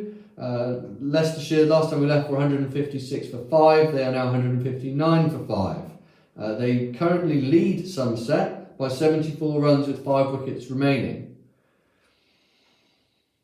Tough game to call that. Tough game. I'm going to go with a Somerset win, only because Somerset's bowling attack and batting lineup are very good on paper. Having said that, anything is possible, and last week Leicester I thought played fantastically to get that draw down at Surrey. Middlesex Surrey's already done, so we'll discard that one. Middlesex, if you haven't heard, won by 10 wickets and they've got their feet up. Moving in to Group 3, Kent versus Lancashire. Kent currently trail Lancashire by 356 runs. The last time we saw them, they were 164 for 9. They are now all out for 169, so that trail is 356 runs. It'll be interesting to see whether Lancashire bat again. I think they probably will. They will look to probably put 100 runs on 450, maybe 150 quite quickly if they can. I would have that as a Lancashire win. I think they're going to leave Kent 4 sessions to bat. If they bowl as well as we know they can, that's going to be a really tall order for Kent. On to Northamptonshire Glamorgan. When we last left, Northamptonshire were 363 for 9. They are now 364 all out. At lunch, they trailed Glamorgan by 43 runs. The game is very much at parity.